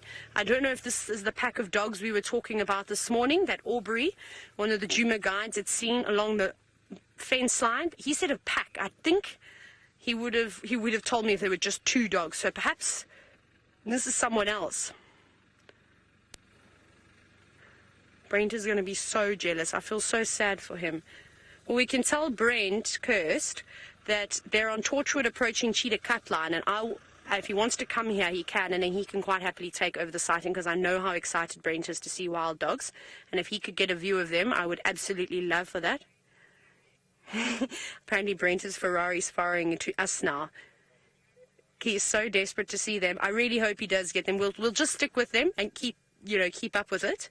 And then as soon as, because they are going straight towards Cheetah Cut Line now, and just in Torchwood. Now they're trying to flush out Dacre, an Impala, Bushbuck, and Inyala, something. The Impala are too quick for them. I think they came in maybe a bit noisy, and everybody gave their presence around. My goodness, at one point when we first realized that they were actually dogs. Okay, so they're on Gari Main now. This could go either way for us. I'm going to let Sheldon go in front because he hasn't had a look yet.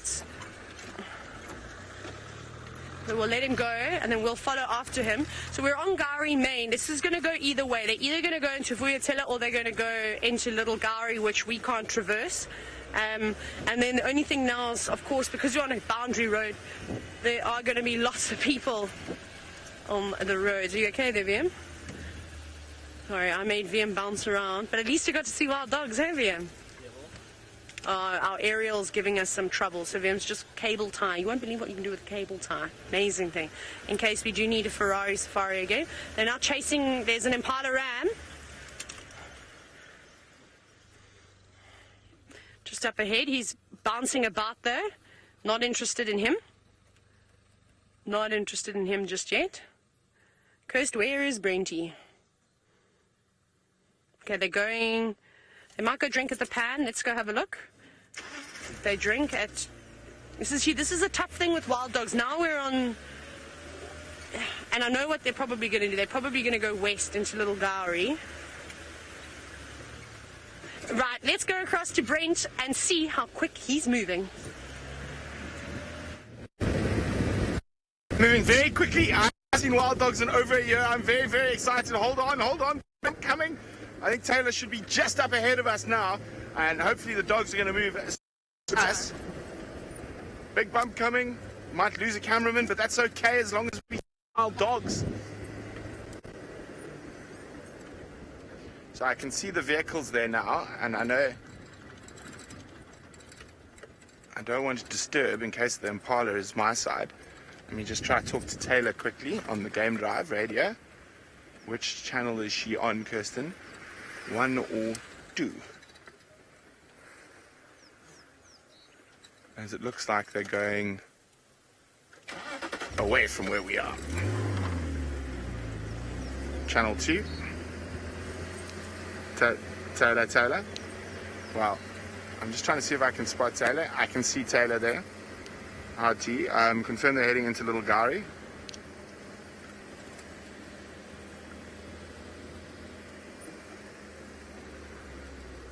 Copy, I got your visual. Okay, so apparently they've ducked off into here, outside of our boundary. We're trying to get a view, one last view. They might pop out.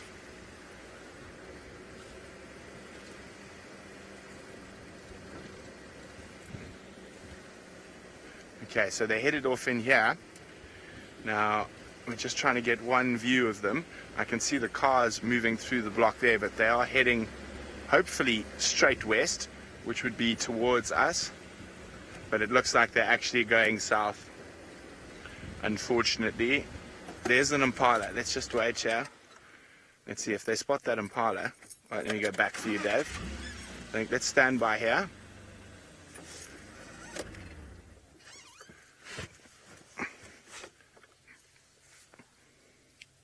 Catherine, my heart is racing as well. I haven't seen my favorite animal in well over a year.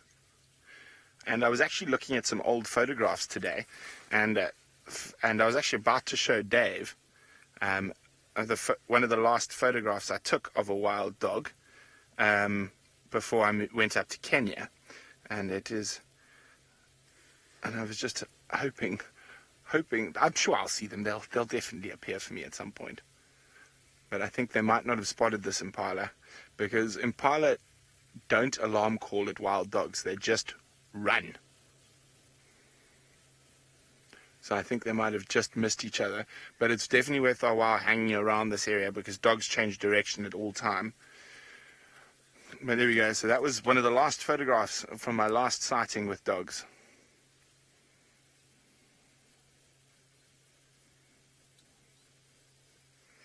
I've actually seen these dogs before.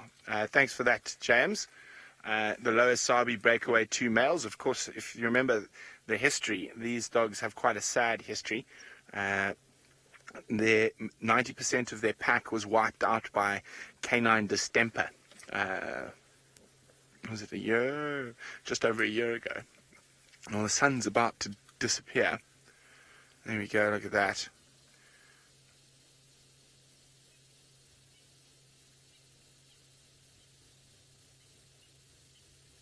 I'm just listening to where the cars are moving.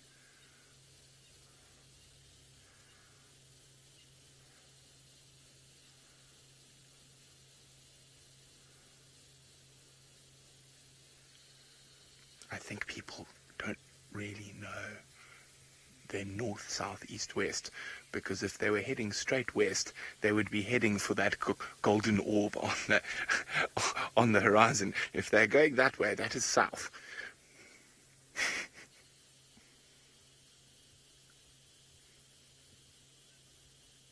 Oh dear. Well, we were just too slow today. But I think it's going to keep hanging around here. I've been hanging around this area hoping for alarm calls at Tundi. So I think I'll just keep hanging about here. And you never know. They might head down towards the Mawati and then come back to the north. Oh, I see cars racing forward. So car racing forward means I race forward. Just keep parallel with them. You better watch out, Nyala. Bye. He looks like, whoa, what's going on?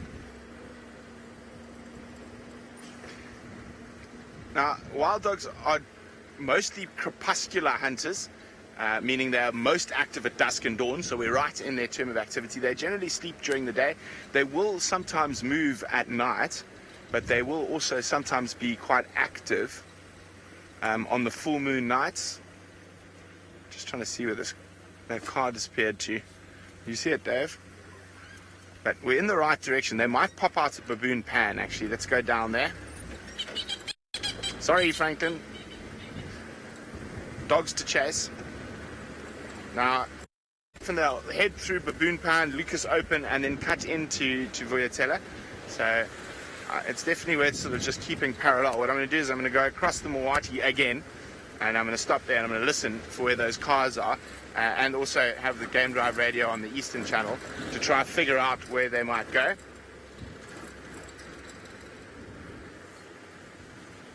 Okay, now hopefully Steve has had some luck looking for Tingana, who crossed around Shibam Road a bit earlier. So he might be around Treehouse Dam. So let's go see where Steve's off to next. Yeah, we didn't have too much of a detailed description of where Tingana crossed in, so we moved up and down, up and down, up and down, but no luck at all with regards to the Duke. It's quite a large section between Shibama Road and Twin Dams and Treehouse, so where exactly on that piece it came up, uncertain, but we did give it a go, but we turned out to be unsuccessful. So we are driving around. We are now back in the area where Hosanna was left this morning, and see if he decides to show himself. We've just been driving through the Mawati, hence I was in low range. Now we are back in high range. Do a little bit of a loop here. We'll probably head on sort of back towards Vuyatela Dam and see if maybe it was Hosanna that was frightening the kudu, the bushbuck, the nyalas earlier, and the zebra. But we got tracks of a huge herd of elephant coming in around Shibamo, so we only got the sort of tail end of that herd. So it's probably about least 25 to 30, maybe even more animals. Well, it seems like a saddle stork.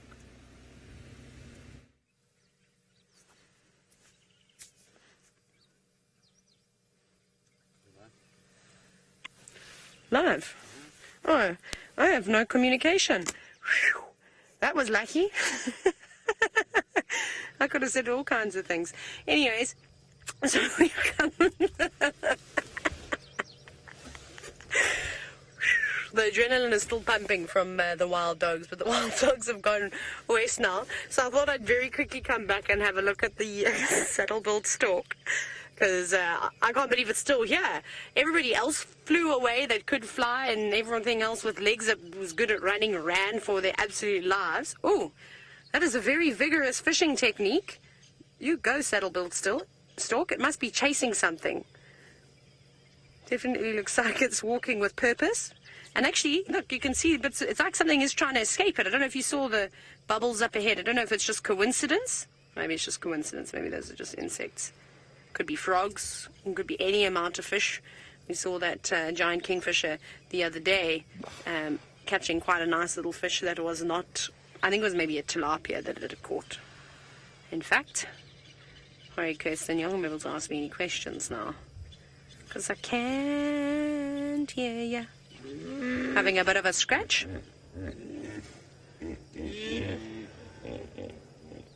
How great was it that we got to see wild dogs though? I like this stork as well. It's keeping its eye out. I've never seen one peck at the water so aggressively before. I think I was probing the ground this time. Maybe sifting some of that silt. They've got interesting legs. Sort of grey, red, black, and then bright red feet. I don't think I've ever noticed that before. While scanning around. And I suppose when those fish do turn on the water, those scales do reflect a sort of silvery sheen. Maybe that's what that stork is looking for, is that sort of quick reflection, like a coin in the water, knowing where it needs to go. Got a good chance if it flushes its prey back in towards the shallow water as well. I think it would be a lot more accurate. Obviously, it's less murky. The shallower you get, see, it's not too far away. Hello, Hammerkop. Just joined the scene. Did you miss the wild dogs, or did you watch them from your nest that you're building? Because there's a Hammerkop nest that's being built above one of the chitwa rooms. Very cool. Imagine you were having a gin and tonic on the chitwa deck and you saw those wild dogs coming in. I mean, it was just a wall of animals running away from them. It was pretty spectacular. Here we go. Infamous room number 11. No, that's not room number 11. It's the one next to room number 11. And I know you're probably going, it's probably room number 10, but the rooms are numbered in the odd fashion. So I don't actually know what room that is. Might be 9. Wade it out a little bit deeper. Keep saying anything.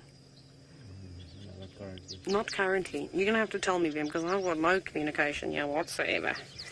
I'm just trying to figure out. No, everything's attached. I think it's just one of those spooky spots where the spooks have taken my comms. Spooks is a ghost, in case you were wondering.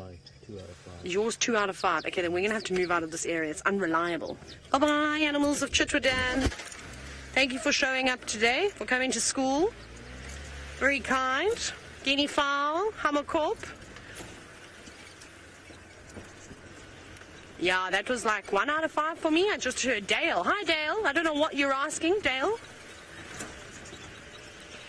Oh, sorry, my bad. You asked... Well, Dale, to answer your question, yes, they do. But it kind of depends on what season it is. I'm just joking. I have no idea what Kirsty's trying to say to me. Hang on, Kirst. How tall are they? There we go. That's what you were asking, Dale. I'm going to go ahead and say that they must stand at about 1.5 meters in height, somewhere around there. Maybe I'm slightly off, but it'll be about that tall.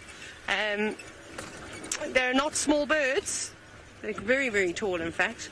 I think I'd almost be looking at them at eye level, but I'd be a little bit taller than them. But if they jump, they'd probably jump a lot higher than I could.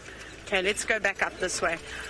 My goodness, I feel like I've had a serious shot of adrenaline. I really did not expect to see wild dogs, even though I wanted to see wild dogs the whole day since this morning. And I was going to complain about how I hadn't seen a leopard since... I think my last leopard sighting was here, actually, with Tingana and Horsana. That probably was it. Was it that one, or was it Hukamuri? I can't remember. It was one of the two of those sightings that I had. That was my last leopard sighting, and then the Torture Pride must almost be a week ago now. So it's been a fair amount of time, and I think I've had my patience pants on, seriously. So I don't mind if we don't get a cat now, because I've got wild dogs, that's fine, but tomorrow would be nice. No? A little Thursday surprise. Now, Brent has been exceptionally patient. I didn't know his smile could go that wide earlier when I saw him on Cheetah Cut Line. Let's go and see if he's picked up on any more tracks of Tundi. Well, thank you, Taylor, for trying to get me into those dogs. Unfortunately, it looks like they went south, not west. So we're going to head back and see if we have any luck with Tundi now that it's a bit cooler. See if she's maybe patrolling some of the roads. But again, thank you, Madam McCurdy, for trying to get us into those dogs. We were about, I think, 30 seconds too late, but in wild dog years, 30 seconds is a lifetime. Okay. Kirsten says maybe one day. Yes, one day. I'm patient. And I'm hoping by the time my next leave comes about, the wild dogs at my parents' house would have denned.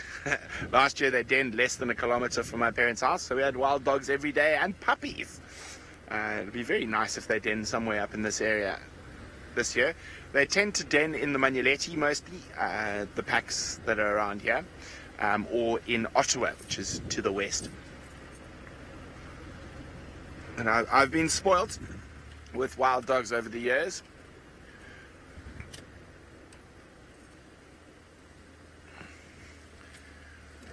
Now, a very, very good point has been raised by Joe here, and is that if they're so endangered, why don't we give them immune shots? We do, but they are incredibly difficult to immunize all of them. So there is a current program by the Endangered Wildlife Trust to immunize wild dogs against distemper and rabies. Historically, the problem is that to immunize them, you have to dart every single member of the pack. And a wild dog is got a very slight frame, so you've got to use a very light dart.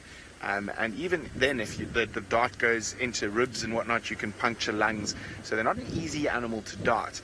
And so they would have to be immobilized and then injected with the immune shots. Up until now. Now, EWT is running a program currently that has immunization of dogs, but with the bug in the eye. With the advent of different medicines and etc., you can now immunize them with a piece of mincemeat with a pill inside. And there have been an ongoing program throughout a lot of the reserves and for the Kruger National Park, where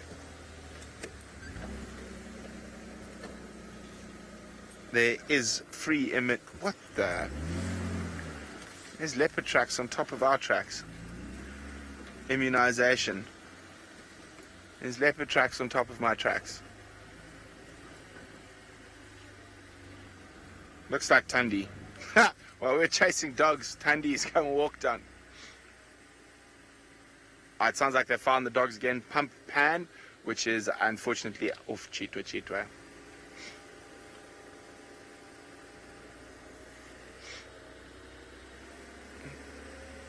So Tundi, it looks like she went off here, so let's just keep moving up here. Well, the dogs have disappeared. Maybe we can have a cat before the end of drive. Now, she's going to be hunting, so she's most likely not going to be using the roads as much. She's going to be zigzagging through this this is very pristine Sabi Sand bushveld here, called broadleafed woodland, in particular Combretum based, and it's got high densities of steenbok and duiker, which will be Tundi's favorite foods. So we're going to keep checking around here. In the meantime, let's see where Steve is and what his plans are. Thank you very much. What a marvelous afternoon you folks are having out there. Wild dogs and elephants, saddle-built storks, barn owls. How marvelous. We don't have anything to report. Temperatures are starting to drop a little bit. It's still nice and temperate though for me. I think it's not going to be as cold this evening as it has been. Just had a nice little tour of the Milwaukee drainage system, trying to see if there's any sign of Hosanna, and nothing at all. So maybe he will be last minute leopard again this evening like he was the day before. That would be marvelous, but who knows. Continuing on, we're almost going to be at Vuetela Dam again. Do another little loop past Galago Pan to see if whatever it is that startled us Nyala has maybe moved out or is walking on the road, which is often what we find at this sort of time of day. The temperature drops like this. Check all these little pans and water holes along the way, and then ideally, you know, we get a little leopard walking in the road. I think that would be marvelous to top off a glorious show with a very surprising sighting of wild dogs. Chad Noir, I don't think male leopards stay longer with their mums than females do. I think it's just an individual thing. You know, you might find a leopardess has got a male and female cub, and they both stay the same amount of time until the demand for food becomes a little bit too much and mum just stops hunting for them. And then essentially the male has got to disperse and move away. That is generally what happens in the book of leopards. So I wouldn't necessarily say that males stay long with their females, with their mothers than females do. If they are, you know, really it is an individual thing. It's a female adult thing. It could be varied by all sorts of things. Her tolerance, successful hunting, him or her being very well behaved, really is quite subjective to the individual.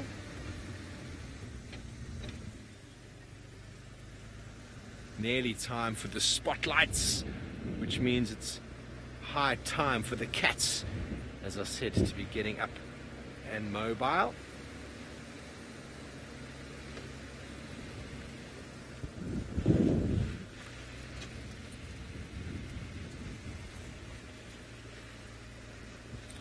Amsterdam, all predators have a very similar fear to humans, but any animal that's been sort of hand-reared, lion or leopard, hand-reared, is going to have almost no fear of man, because they see us as the same sort of thing.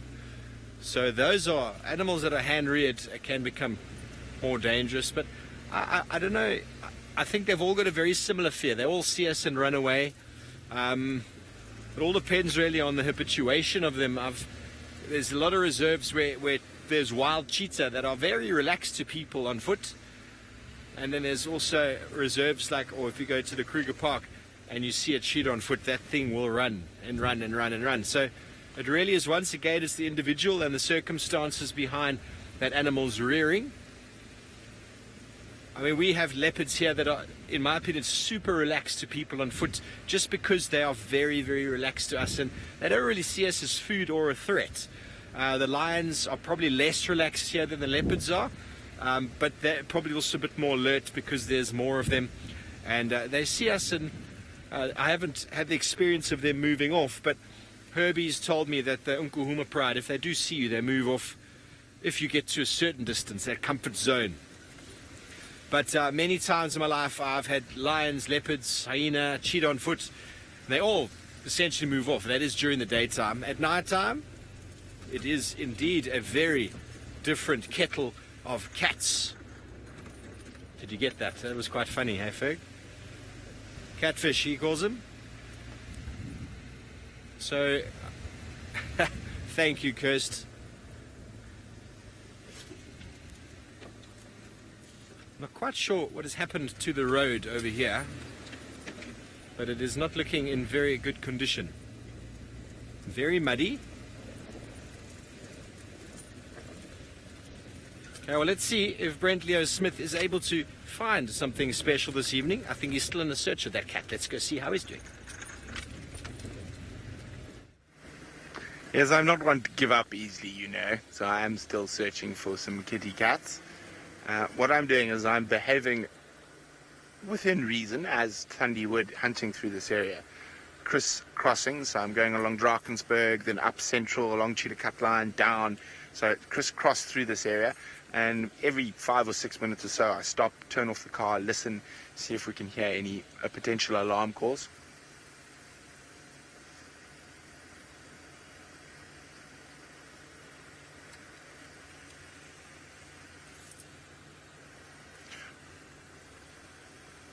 Sorry about that. Game Drive radio is quite loud. I've turned it down. I heard there was a question from Bonnie, but I didn't quite grab it there, Kirst. So, Bonnie, there's lots of different ways to tell how old the track is. It also very much helps when you know where you've driven and the track's on top of your tracks. But if you look carefully, older tracks will have tracks of other animals on top of them. Especially if you're looking at tracks from the night, you look for the first birds of the morning, which are normally the emerald-spotted wood doves that walk down on the roads and paths. So, and also scorpion tracks, millipede tracks, all those type of things, tracks on top of them. And also very fresh tracks have a very sort of defined, lovely, hard edge, where there's tracks that are a bit older from during the day or whatnot, a little bit of wind will have blown over. Those tracks' edges are not as defined, not as sharp. So there's quite a lot of different ways. But the best way, in my opinion, Bonnie, is to watch the leopard make the track. Then you can be very sure it's very fresh. And then you've also got the leopard, which is a double bonus.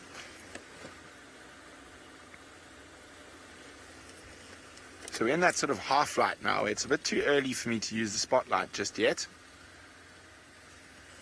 And this is where spotting animals is probably the most difficult in this crepuscular hour. I do love that word, crepuscular. Just rolls off the tongue. And this is where your ears become very important. Now, those of you who've been on safari will know about the traditional G&T at sunset. The history behind that is quite interesting, though. Not so much from an East African point of view, but from a South African point of view in particular. The history of the sundowner has got nothing to do with giving your guests a drink and a break. When the safari started in the Sabi Sands to the south of us initially, finding lions and leopards was not nearly as easy as it is now. And what would happen is you would stop and you would set up and give your guests whatever apple juice they favor, whatever flavor of apple juice they prefer. And while you were looking and talking and looking after your guests, your tracker would normally move 100 meters or so away and sit down against a termite mound and listen. Because at this crepuscular hour, it is when particularly lion and leopard become a lot more active than they've been. So it was a tool to actually find your guests' animals in the early days of the safari industry, in the Sabi Sands in particular. So up until the early 60s, the majority of the Sabi Sands, and actually probably up until the 80s, these were private farms that were almost exclusively used for hunting. And certain farms hunted for longer than others. Now, there's actually quite a famous story from down south about a British royal called Princess Alice. And I think this must have been early 1900s, or maybe it must have been early 1900s. And apparently Princess Alice was quite the fearsome woman from well before her time, as they said in those days. So a very independent woman, and apparently her husband was a bit of a wet blanket, but useless when it came to bugs and bush and most things. And Princess Alice wanted to hunt a lion. And she went out with the first warden of the Sabi Sands Game Reserve, Harry Kirkman. And they went to hunt a lion, and she shot the lion, and the lion ran off into some thickets. And what happened is then Harry Kirkman said, well, Your Majesty, you sit put now, let me go deal with this lion in the thickets. And apparently she smacked him and said, my dear boy, if anyone's going to drag the lion out of that bush, it's going to be I. And she went in, and she did. And that little spot in the south of the Sabi Sands has got quite a funny thing. Because it's a little bit naughty. It sounds a little bit naughty, the name. Is we actually had a road through there, and you used to tell your guests, guess what? We're going to go drive through Princess Alice's bush. And that was what that little drainage line got named, Princess Alice's bush. Very beautiful area with lots of milkberries and tambueti trees. Actually, one of my favorite areas down in the southern Sabi Sands. But, yeah, so there's quite a lot of history.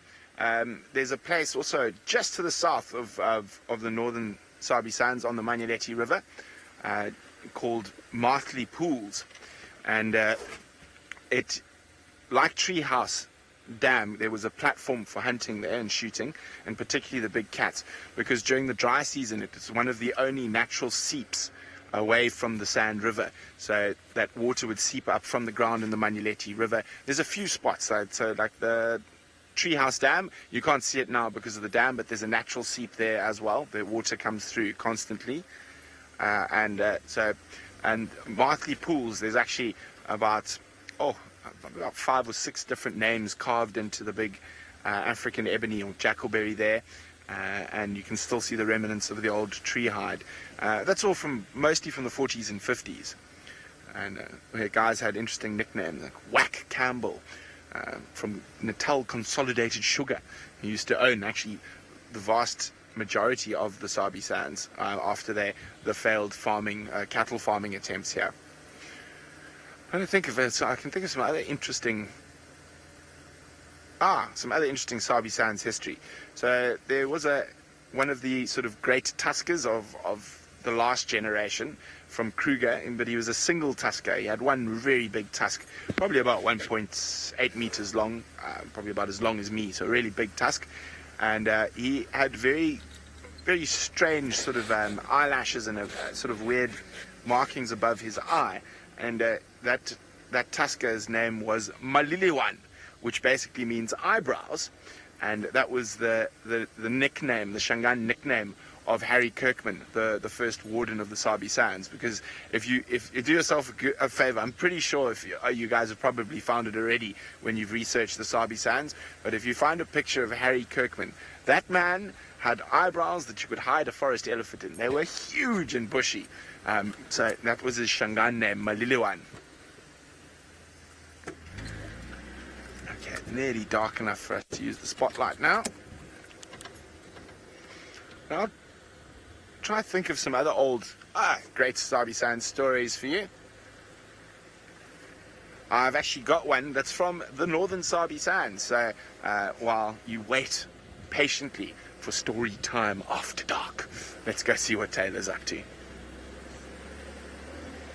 We are trying to not eat bugs and also looking for Tingana. Where are you? Wait, I'm having very cooperative today. No, I lied. Where you were a great car. Thank you for racing around. So we're just checking for Tingana. I don't know where he would have gone. It's hard to tell. I'm just quickly checking around the dam. I have a phobia of one day driving off of the dam wall because I wasn't concentrating. You know how terrible that would be. It'd be terrifying. So I'm just checking a few spots. It's obviously difficult to see because we don't know where he crossed in. No one was waiting for him, which is a pity.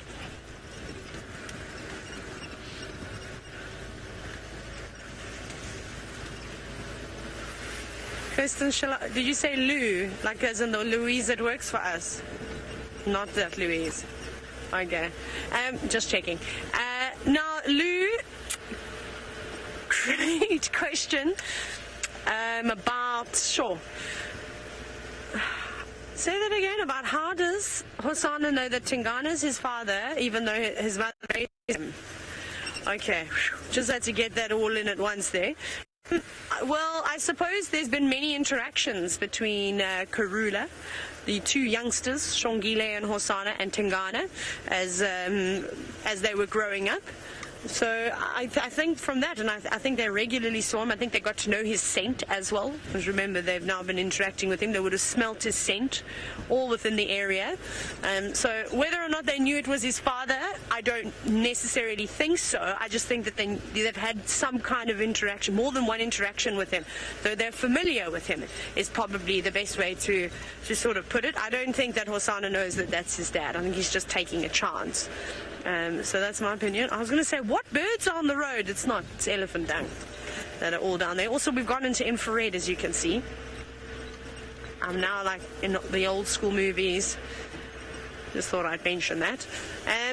Now, Tingana, would you have had a little drinky? Oh, there was a bush baby, but I don't know if we're going to see it. There's a few of them. Kirsty had a weird dream about bush babies last night. So that's nice. Kirsty's directing. They were bouncing in there. I'm just trying to see if I can get an eye shine again. No, I can't get an eye shine. Where are they? They're gone. There. Go, yeah, in there. I saw her. There, just down to the left. There, you got it. It's there. Can you see it moving? Center frame. You've just got to use your imagination. It's its tail. There it goes. Boing. Gummy bears bouncing here, na na na na na. And I think that's all now. But we got one. I haven't seen a bush baby or put a bush baby on camera for a long time. That was nice. Shall we show them the beautiful sky view? Because the colours tonight are amazing. But we're going to have to go out of... Yes, look how lovely it is. Look at the amazing colours. Kirsten, maybe go back into colour. Please. We are.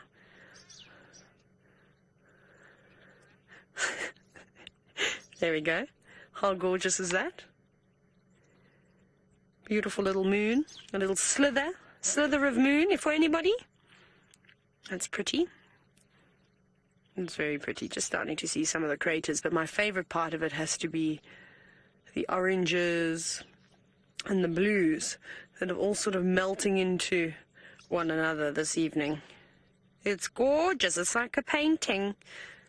Right, that was a lovely view, but we've got places and things to find. Have you? Like a leopard. We want to find a leopard. Oh, something is crawling in my hair. Right now, Brent obviously was having a great story time with all of you, so I suppose I better send you back to him so he can finish telling you. Yes, we're on story time, and we're going to talk about Buffalo's Hook, the Buffalo Corner. That is just to the north of us, that way over there. And there's a road there called Lion Cage Road. Now, one thinks, did they catch a lion? What did they do there?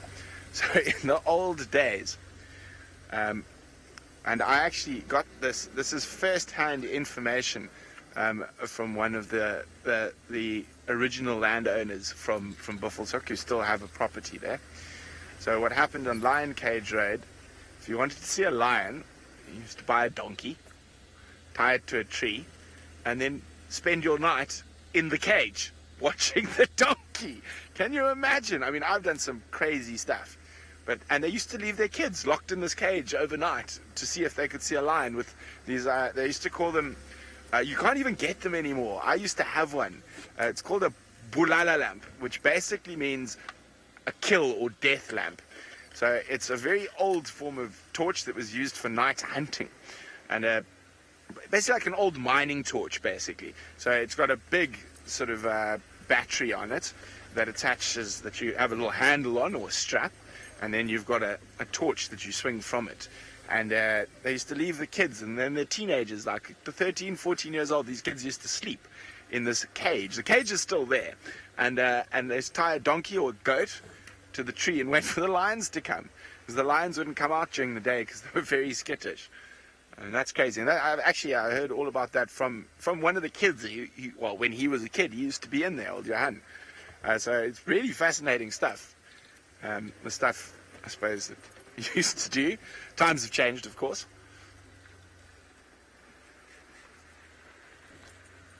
No, nothing at Quarry Pan. I just thought. So I'm going to slowly move my way back towards Mumba Road and that area where we last had tracks. As I say, I think she's zigzagging through these blocks, and hopefully we'll get some luck with her before the end of safari. Now, does anyone have any particular stories not African folklore? I'm not going to do African folklore today. I'm not going to do African folklore today, but I've got lots of stories. And how about choose a country? I'm going to give you a list of 5 countries, and you guys can choose a country you want a story from. So I will give you Botswana,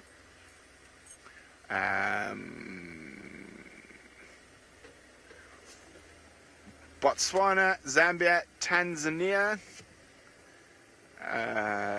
Gabon. What's the last one? Congo. There you go. Botswana, Zambia, what else is it? Tanzania, Gabon, or Congo. Choose a story from there while you decide. Let's go see what Steve Vovo is up to. Story part number 2, I believe you heard that from Brent. I thought his first story was about a 5-part story, first of all. But marvelous, lots of stories to tell. James has informed us again of alarm calls coming from a similar area as before. We've just driven past there and we had nothing, but let's go back.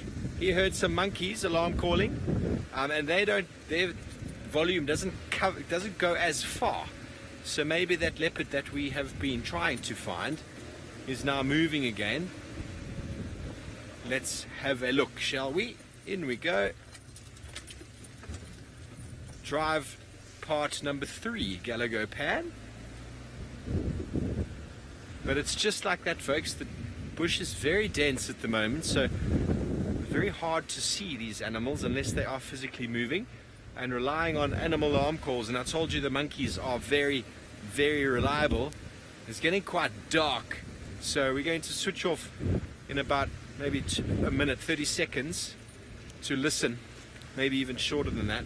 See if we can get an idea of whereabouts those monkeys are alarm calling. But what is normally the case is when a monkey's alarm call, as with nyalas, is whatever it is that they've seen moves off. Monkeys do like the taller trees for roosting in.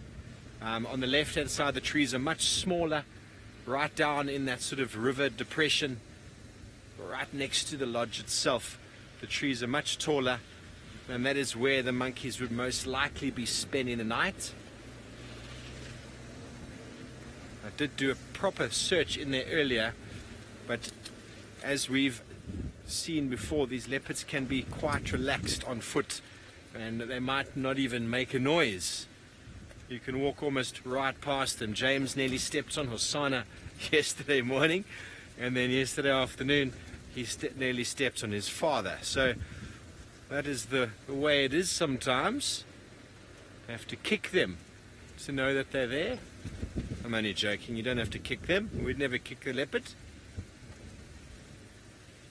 Okay, well, let's go back over to Brent and his storytelling this evening. Okay, wait. Are you coming to us? Hello. Sorry, we were chatting, and Darby's earpiece had fell out there. I was like, Darby, keep quiet. Interrupting my story time, David. Those dimples won't get you free pass over here, David. Anyway, so it seems like the majority of you are voting for the Congo. Now, I should have probably been more specific. Do you want Congo DRC or Congo Brazzaville? But I'll just make that decision. So, of course, the history of both Congos is relatively not so nice, in terms of lots of civil wars and dictators and cannibals and all sorts of hairy and scary people. But let's not talk about the hairy and scary people too much.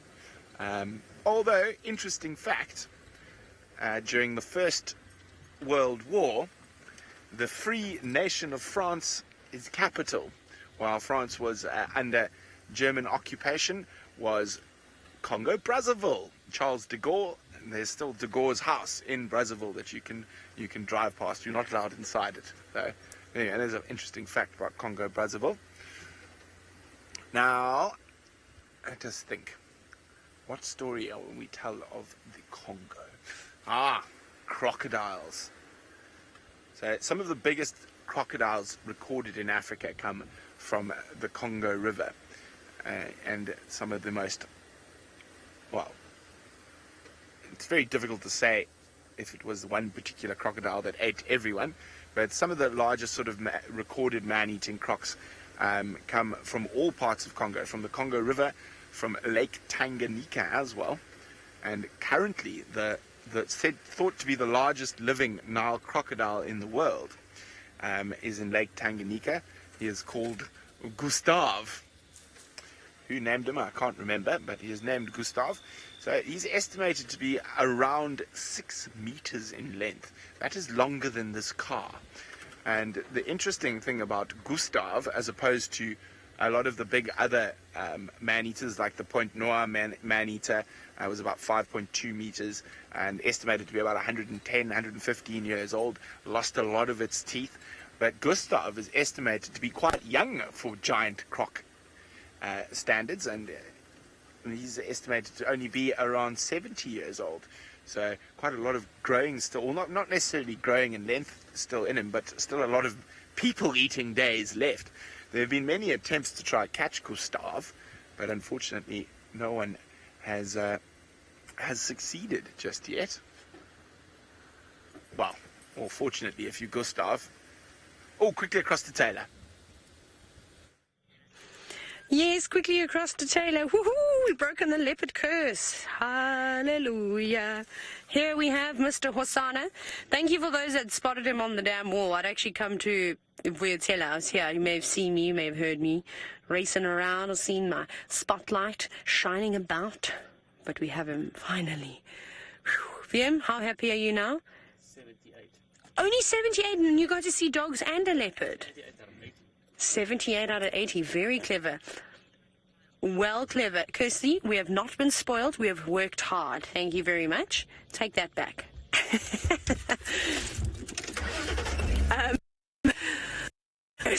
Yes, we were not letting this leopard slip out of our claws. That was for sure. As soon as I heard Kirsty gave the update of James saying that monkeys were alarming, I raced here like I was chasing after dogs again. One. I'm just going to jump up ahead. Now, where are you going, boy? There he is. He's just off to the left of us. Just walk a little bit to the right. There you go. Here he is. Just slinking through the grass quietly. I love how he's lifted his tail up, like he doesn't want his tail to rustle any of the grass today. So happy. Very happy to see this beautiful boy. He's turning out to be a lovely cat, don't you all think? He's growing quite nicely. And he doesn't look too fat. He looks in perfect condition. Although it would be nice if he could catch an Impala or an Inyala so he can eat it here and we can see him for a few more days. Zana just keeps moving. I mean, after Brent lost him, wouldn't surprise me if he would just carried on moving throughout the day. He tends to do that. A fly's getting you. Bugs. Sorry.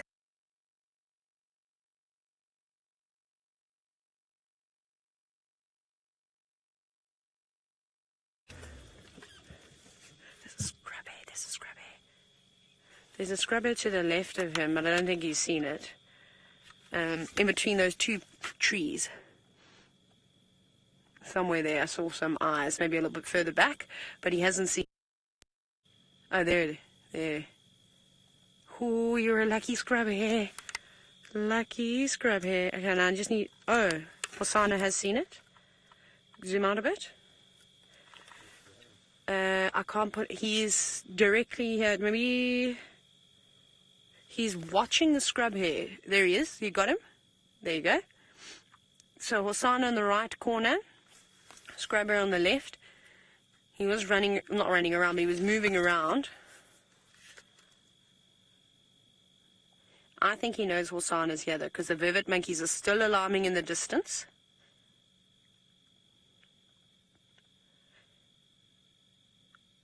You can see, might not be able to see, but if you look very carefully, that scrub hair's ears working overtime. twitching, trying to pick up any sort of sound, but luckily for us, we're quite far away from him, which is good news. And we're obviously not going to do any more moving around. I don't know if he's going to catch one this time, although I feel like Hosana has worked on his scrub hare hunting skills.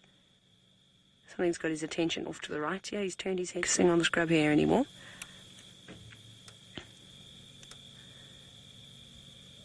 Looking away completely. Maybe he's heard the impala that are just a few hundred meters away from him.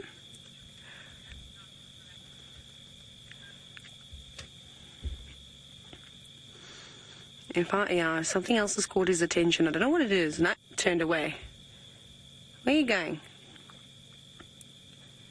Maybe he knows Dad's on the property and he's going to go meet him for a beer. No, he's too young for a beer. He couldn't be having one just yet. For like 3.5 years old for a leopard is acceptable.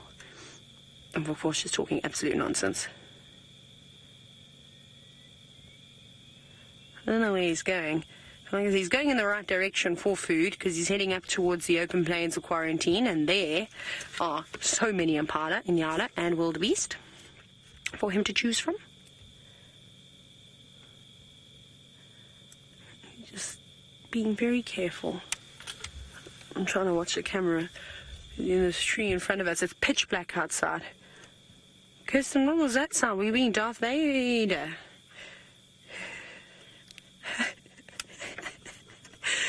Right, we're going to try and get ahead of Hosana again without disturbing too many things in the bush. Brent has got a creature that's probably not going to make a quick escape.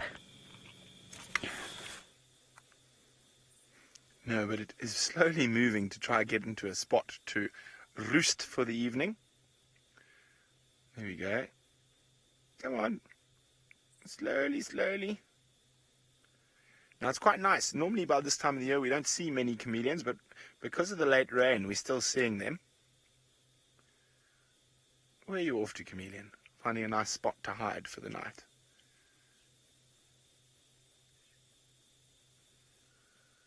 There's his head popping up. Hello. Nice big one. Now, of course, chameleons cause great panic amongst most African cultures, and they're believed to be bewitched and evil and dangerous to people because of their ability to change color, as well as their tongue that shoots in and out almost invisibly. Now, I've stopped to save chameleons on the road before and had people leap out of my car in all directions. I think it is in San culture, if I remember correctly, that the chameleon is the reason why humans lost immortality. And so the chameleon was told by the creator to go tell the human beings that they must report to whatever spot. And if they did, it would ensure their immortality. So the people didn't arrive. And, well, the chameleon forgot. He started eating along the way. Quickly across the tailor. Right, we've found Hosana. I'm going to sit quietly, though, because we're going to do a action broadcast.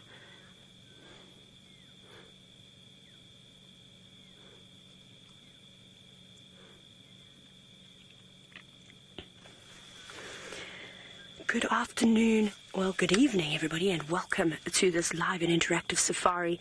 We're sitting in the middle of the Sabi Sand Game Reserve in South Africa, where we are watching a leopard slink through the grass, and with prey in sight, maybe only 20 meters away.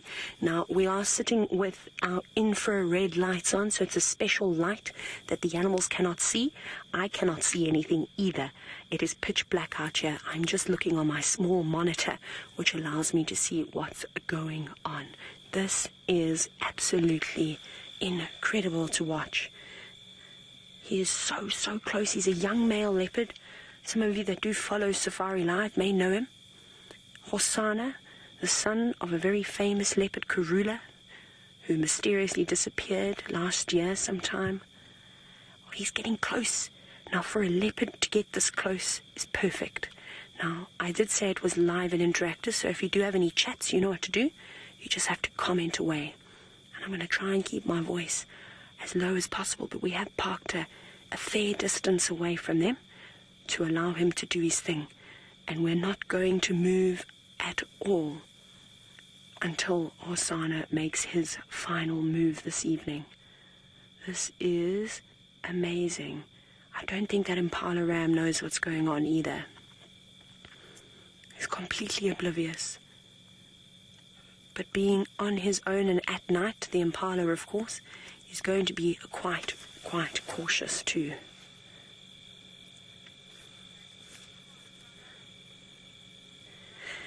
Zephyr, you're rooting for Hosana. I think we all are in this case. He's a beloved leopard. And I was just saying a moment ago, before you all joined us, as he was staring into the eyes of a scrub hare, that he needs a meal, and I'd wish he'd go for something a little bit bigger. And he did. He obviously heard the rustling of this Impala as it grazes and decided that he'd rather use his energy. Oh, here he goes, look. This Impala knows something's up. The Vervet Monkeys were alarming also. Come on, Hosana, your chances. Come on, go now. He might not have another moment. No, that Impala, I think, for now, is gone. Something is fishy. I'm moving out of here. Hosana hasn't moved. Maybe he's going to chase after him. He was so close. He was less than 10 meters away from that Impala. And they've got incredible acceleration speed. Alex, you've said that this is an old video. It cannot be an old video because it is the 18th of April today, and it is now 21 minutes past 6 p.m. Central African time. This is happening right now. This is live. It's in the Sabi Sand, Wildtuin.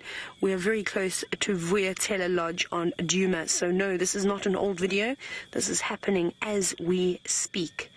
And we just watched an Impala escape the clutches of a leopard. But he is very young, he's very inexperienced. You can still see the Impala's just there.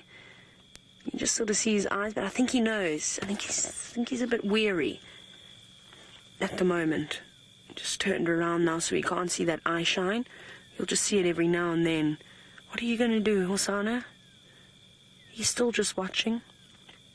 So he hasn't taken his eyes off. And sometimes a hunt does take a long time. It doesn't just happen in 2 seconds. Sometimes it may stalk for an hour, 2 hours. I once watched a leopard. Oh, you're going to come back this way. I once watched a leopard for about an hour on the sunset safari. And in the morning, he'd been still sitting at the same place outside a warthog burrow and sat for another 3 hours. So they are patient creatures, these leopards. He's trying again. Unfortunately, it's going to be hard to see, but we cannot move any closer, because if I move the car, I'm going to alert the Impala. So we'll just sit and wait. Sammy Jane, you said if all else fails, scrub here. I think that's what he's going to have to go back for. But if this Impala bolts and starts alarming, that scrub here is going to be alerted of Hosana's presence as well. And will probably move off and seek some shelter under a shrub. He's gone back down again. And Hosana's got everything on his side tonight. And it's nice and dark, and the stars are out, but they're not particularly bright. John, you've asked how old this leopard is. He's just over 2 years old now, so he's still quite young. He's still got a lot to learn. This is why I said he's inexperienced. So I suppose, even though he didn't make an attempt the first time, he knows better than I do. I shouldn't be one to be judging him. I don't know how to catch an Impala. He probably would have made some calculations in his head and maybe thought to himself, I shouldn't go just yet. He's creeping up closer. Candace, you were quite right in saying, wow, the patience. You're definitely correct.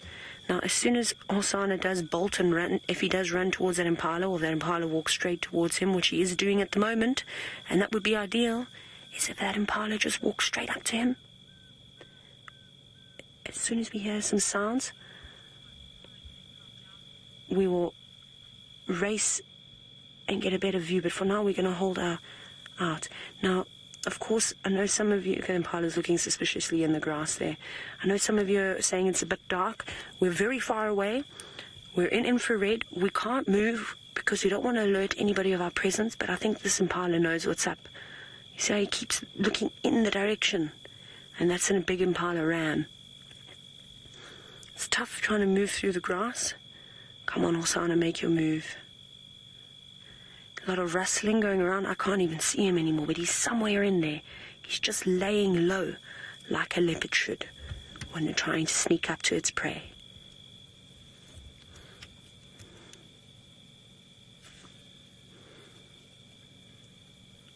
I think he's slinking again. Is that him there?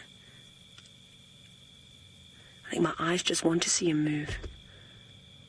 Very, very difficult to see where he's moved to now. And the Impala, I think, is behind the trees.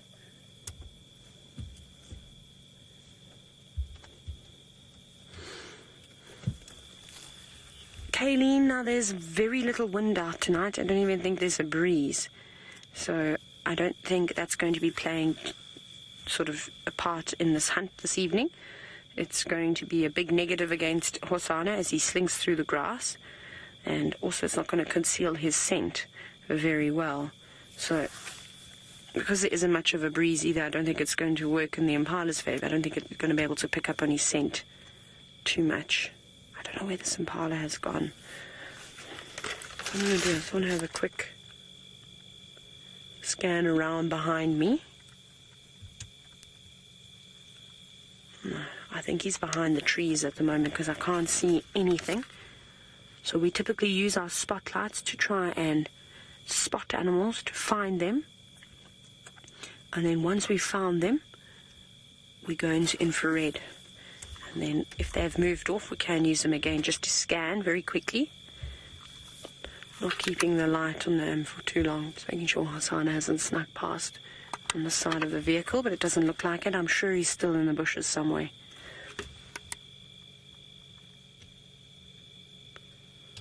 No, I can't see either of them anymore. The Impala could have gone further west from where we are, back up to the open plains, where just moments before we found Hosanna, there were big herds, bachelor herds, breeding herds, herds of wildebeest as well. Lots of different creatures, but now I don't know where he is. I do think that Impala has moved off quite a bit now.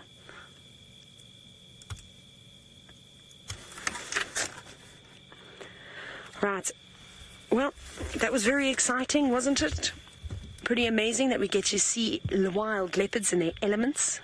And, well, we're going to try and find them again. I might go back out and on the road, keep my distance.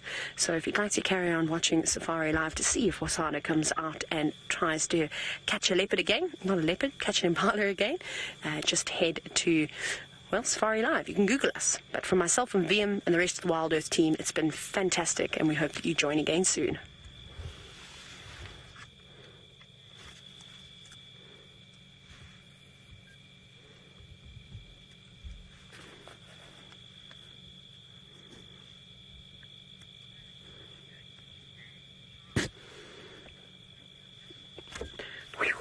Hi guys. I don't know where Hosanna's gone. Oh, there's the Impala. Go straight 12 o'clock. Where did he go? I don't know if this was I don't know if this is now another Impala. There were a lot of them around here. I still can't see Hosanna though. I have no idea where he is.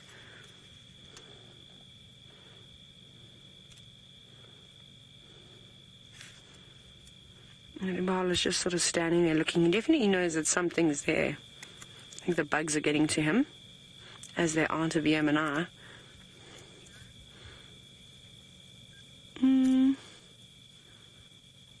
I don't know, Kirst. It's up to you. I don't know what Hosanna's going to do. Okay, we'll keep it going for a minute longer, everybody. We're going to extend the drive just slightly. There we go. Kirsten, I don't think it's going to be necessary. This Impala knows that he's there now. He's snorted. And is going to get out of there. I think he's just making sure that he knows that there's a leopard, but good attempt by Hosanna. Hopefully he'll be quicker off the mark next time and not think so hard about it. Trust himself a little bit more. But what an exciting drive, with possibilities of Tingana being out tomorrow morning and on the property. And who knows when the Nkuhumas are going to return. Right, let's hope we see Hosanna on a kill in the morning. But otherwise, we'll see you on the sunrise safari.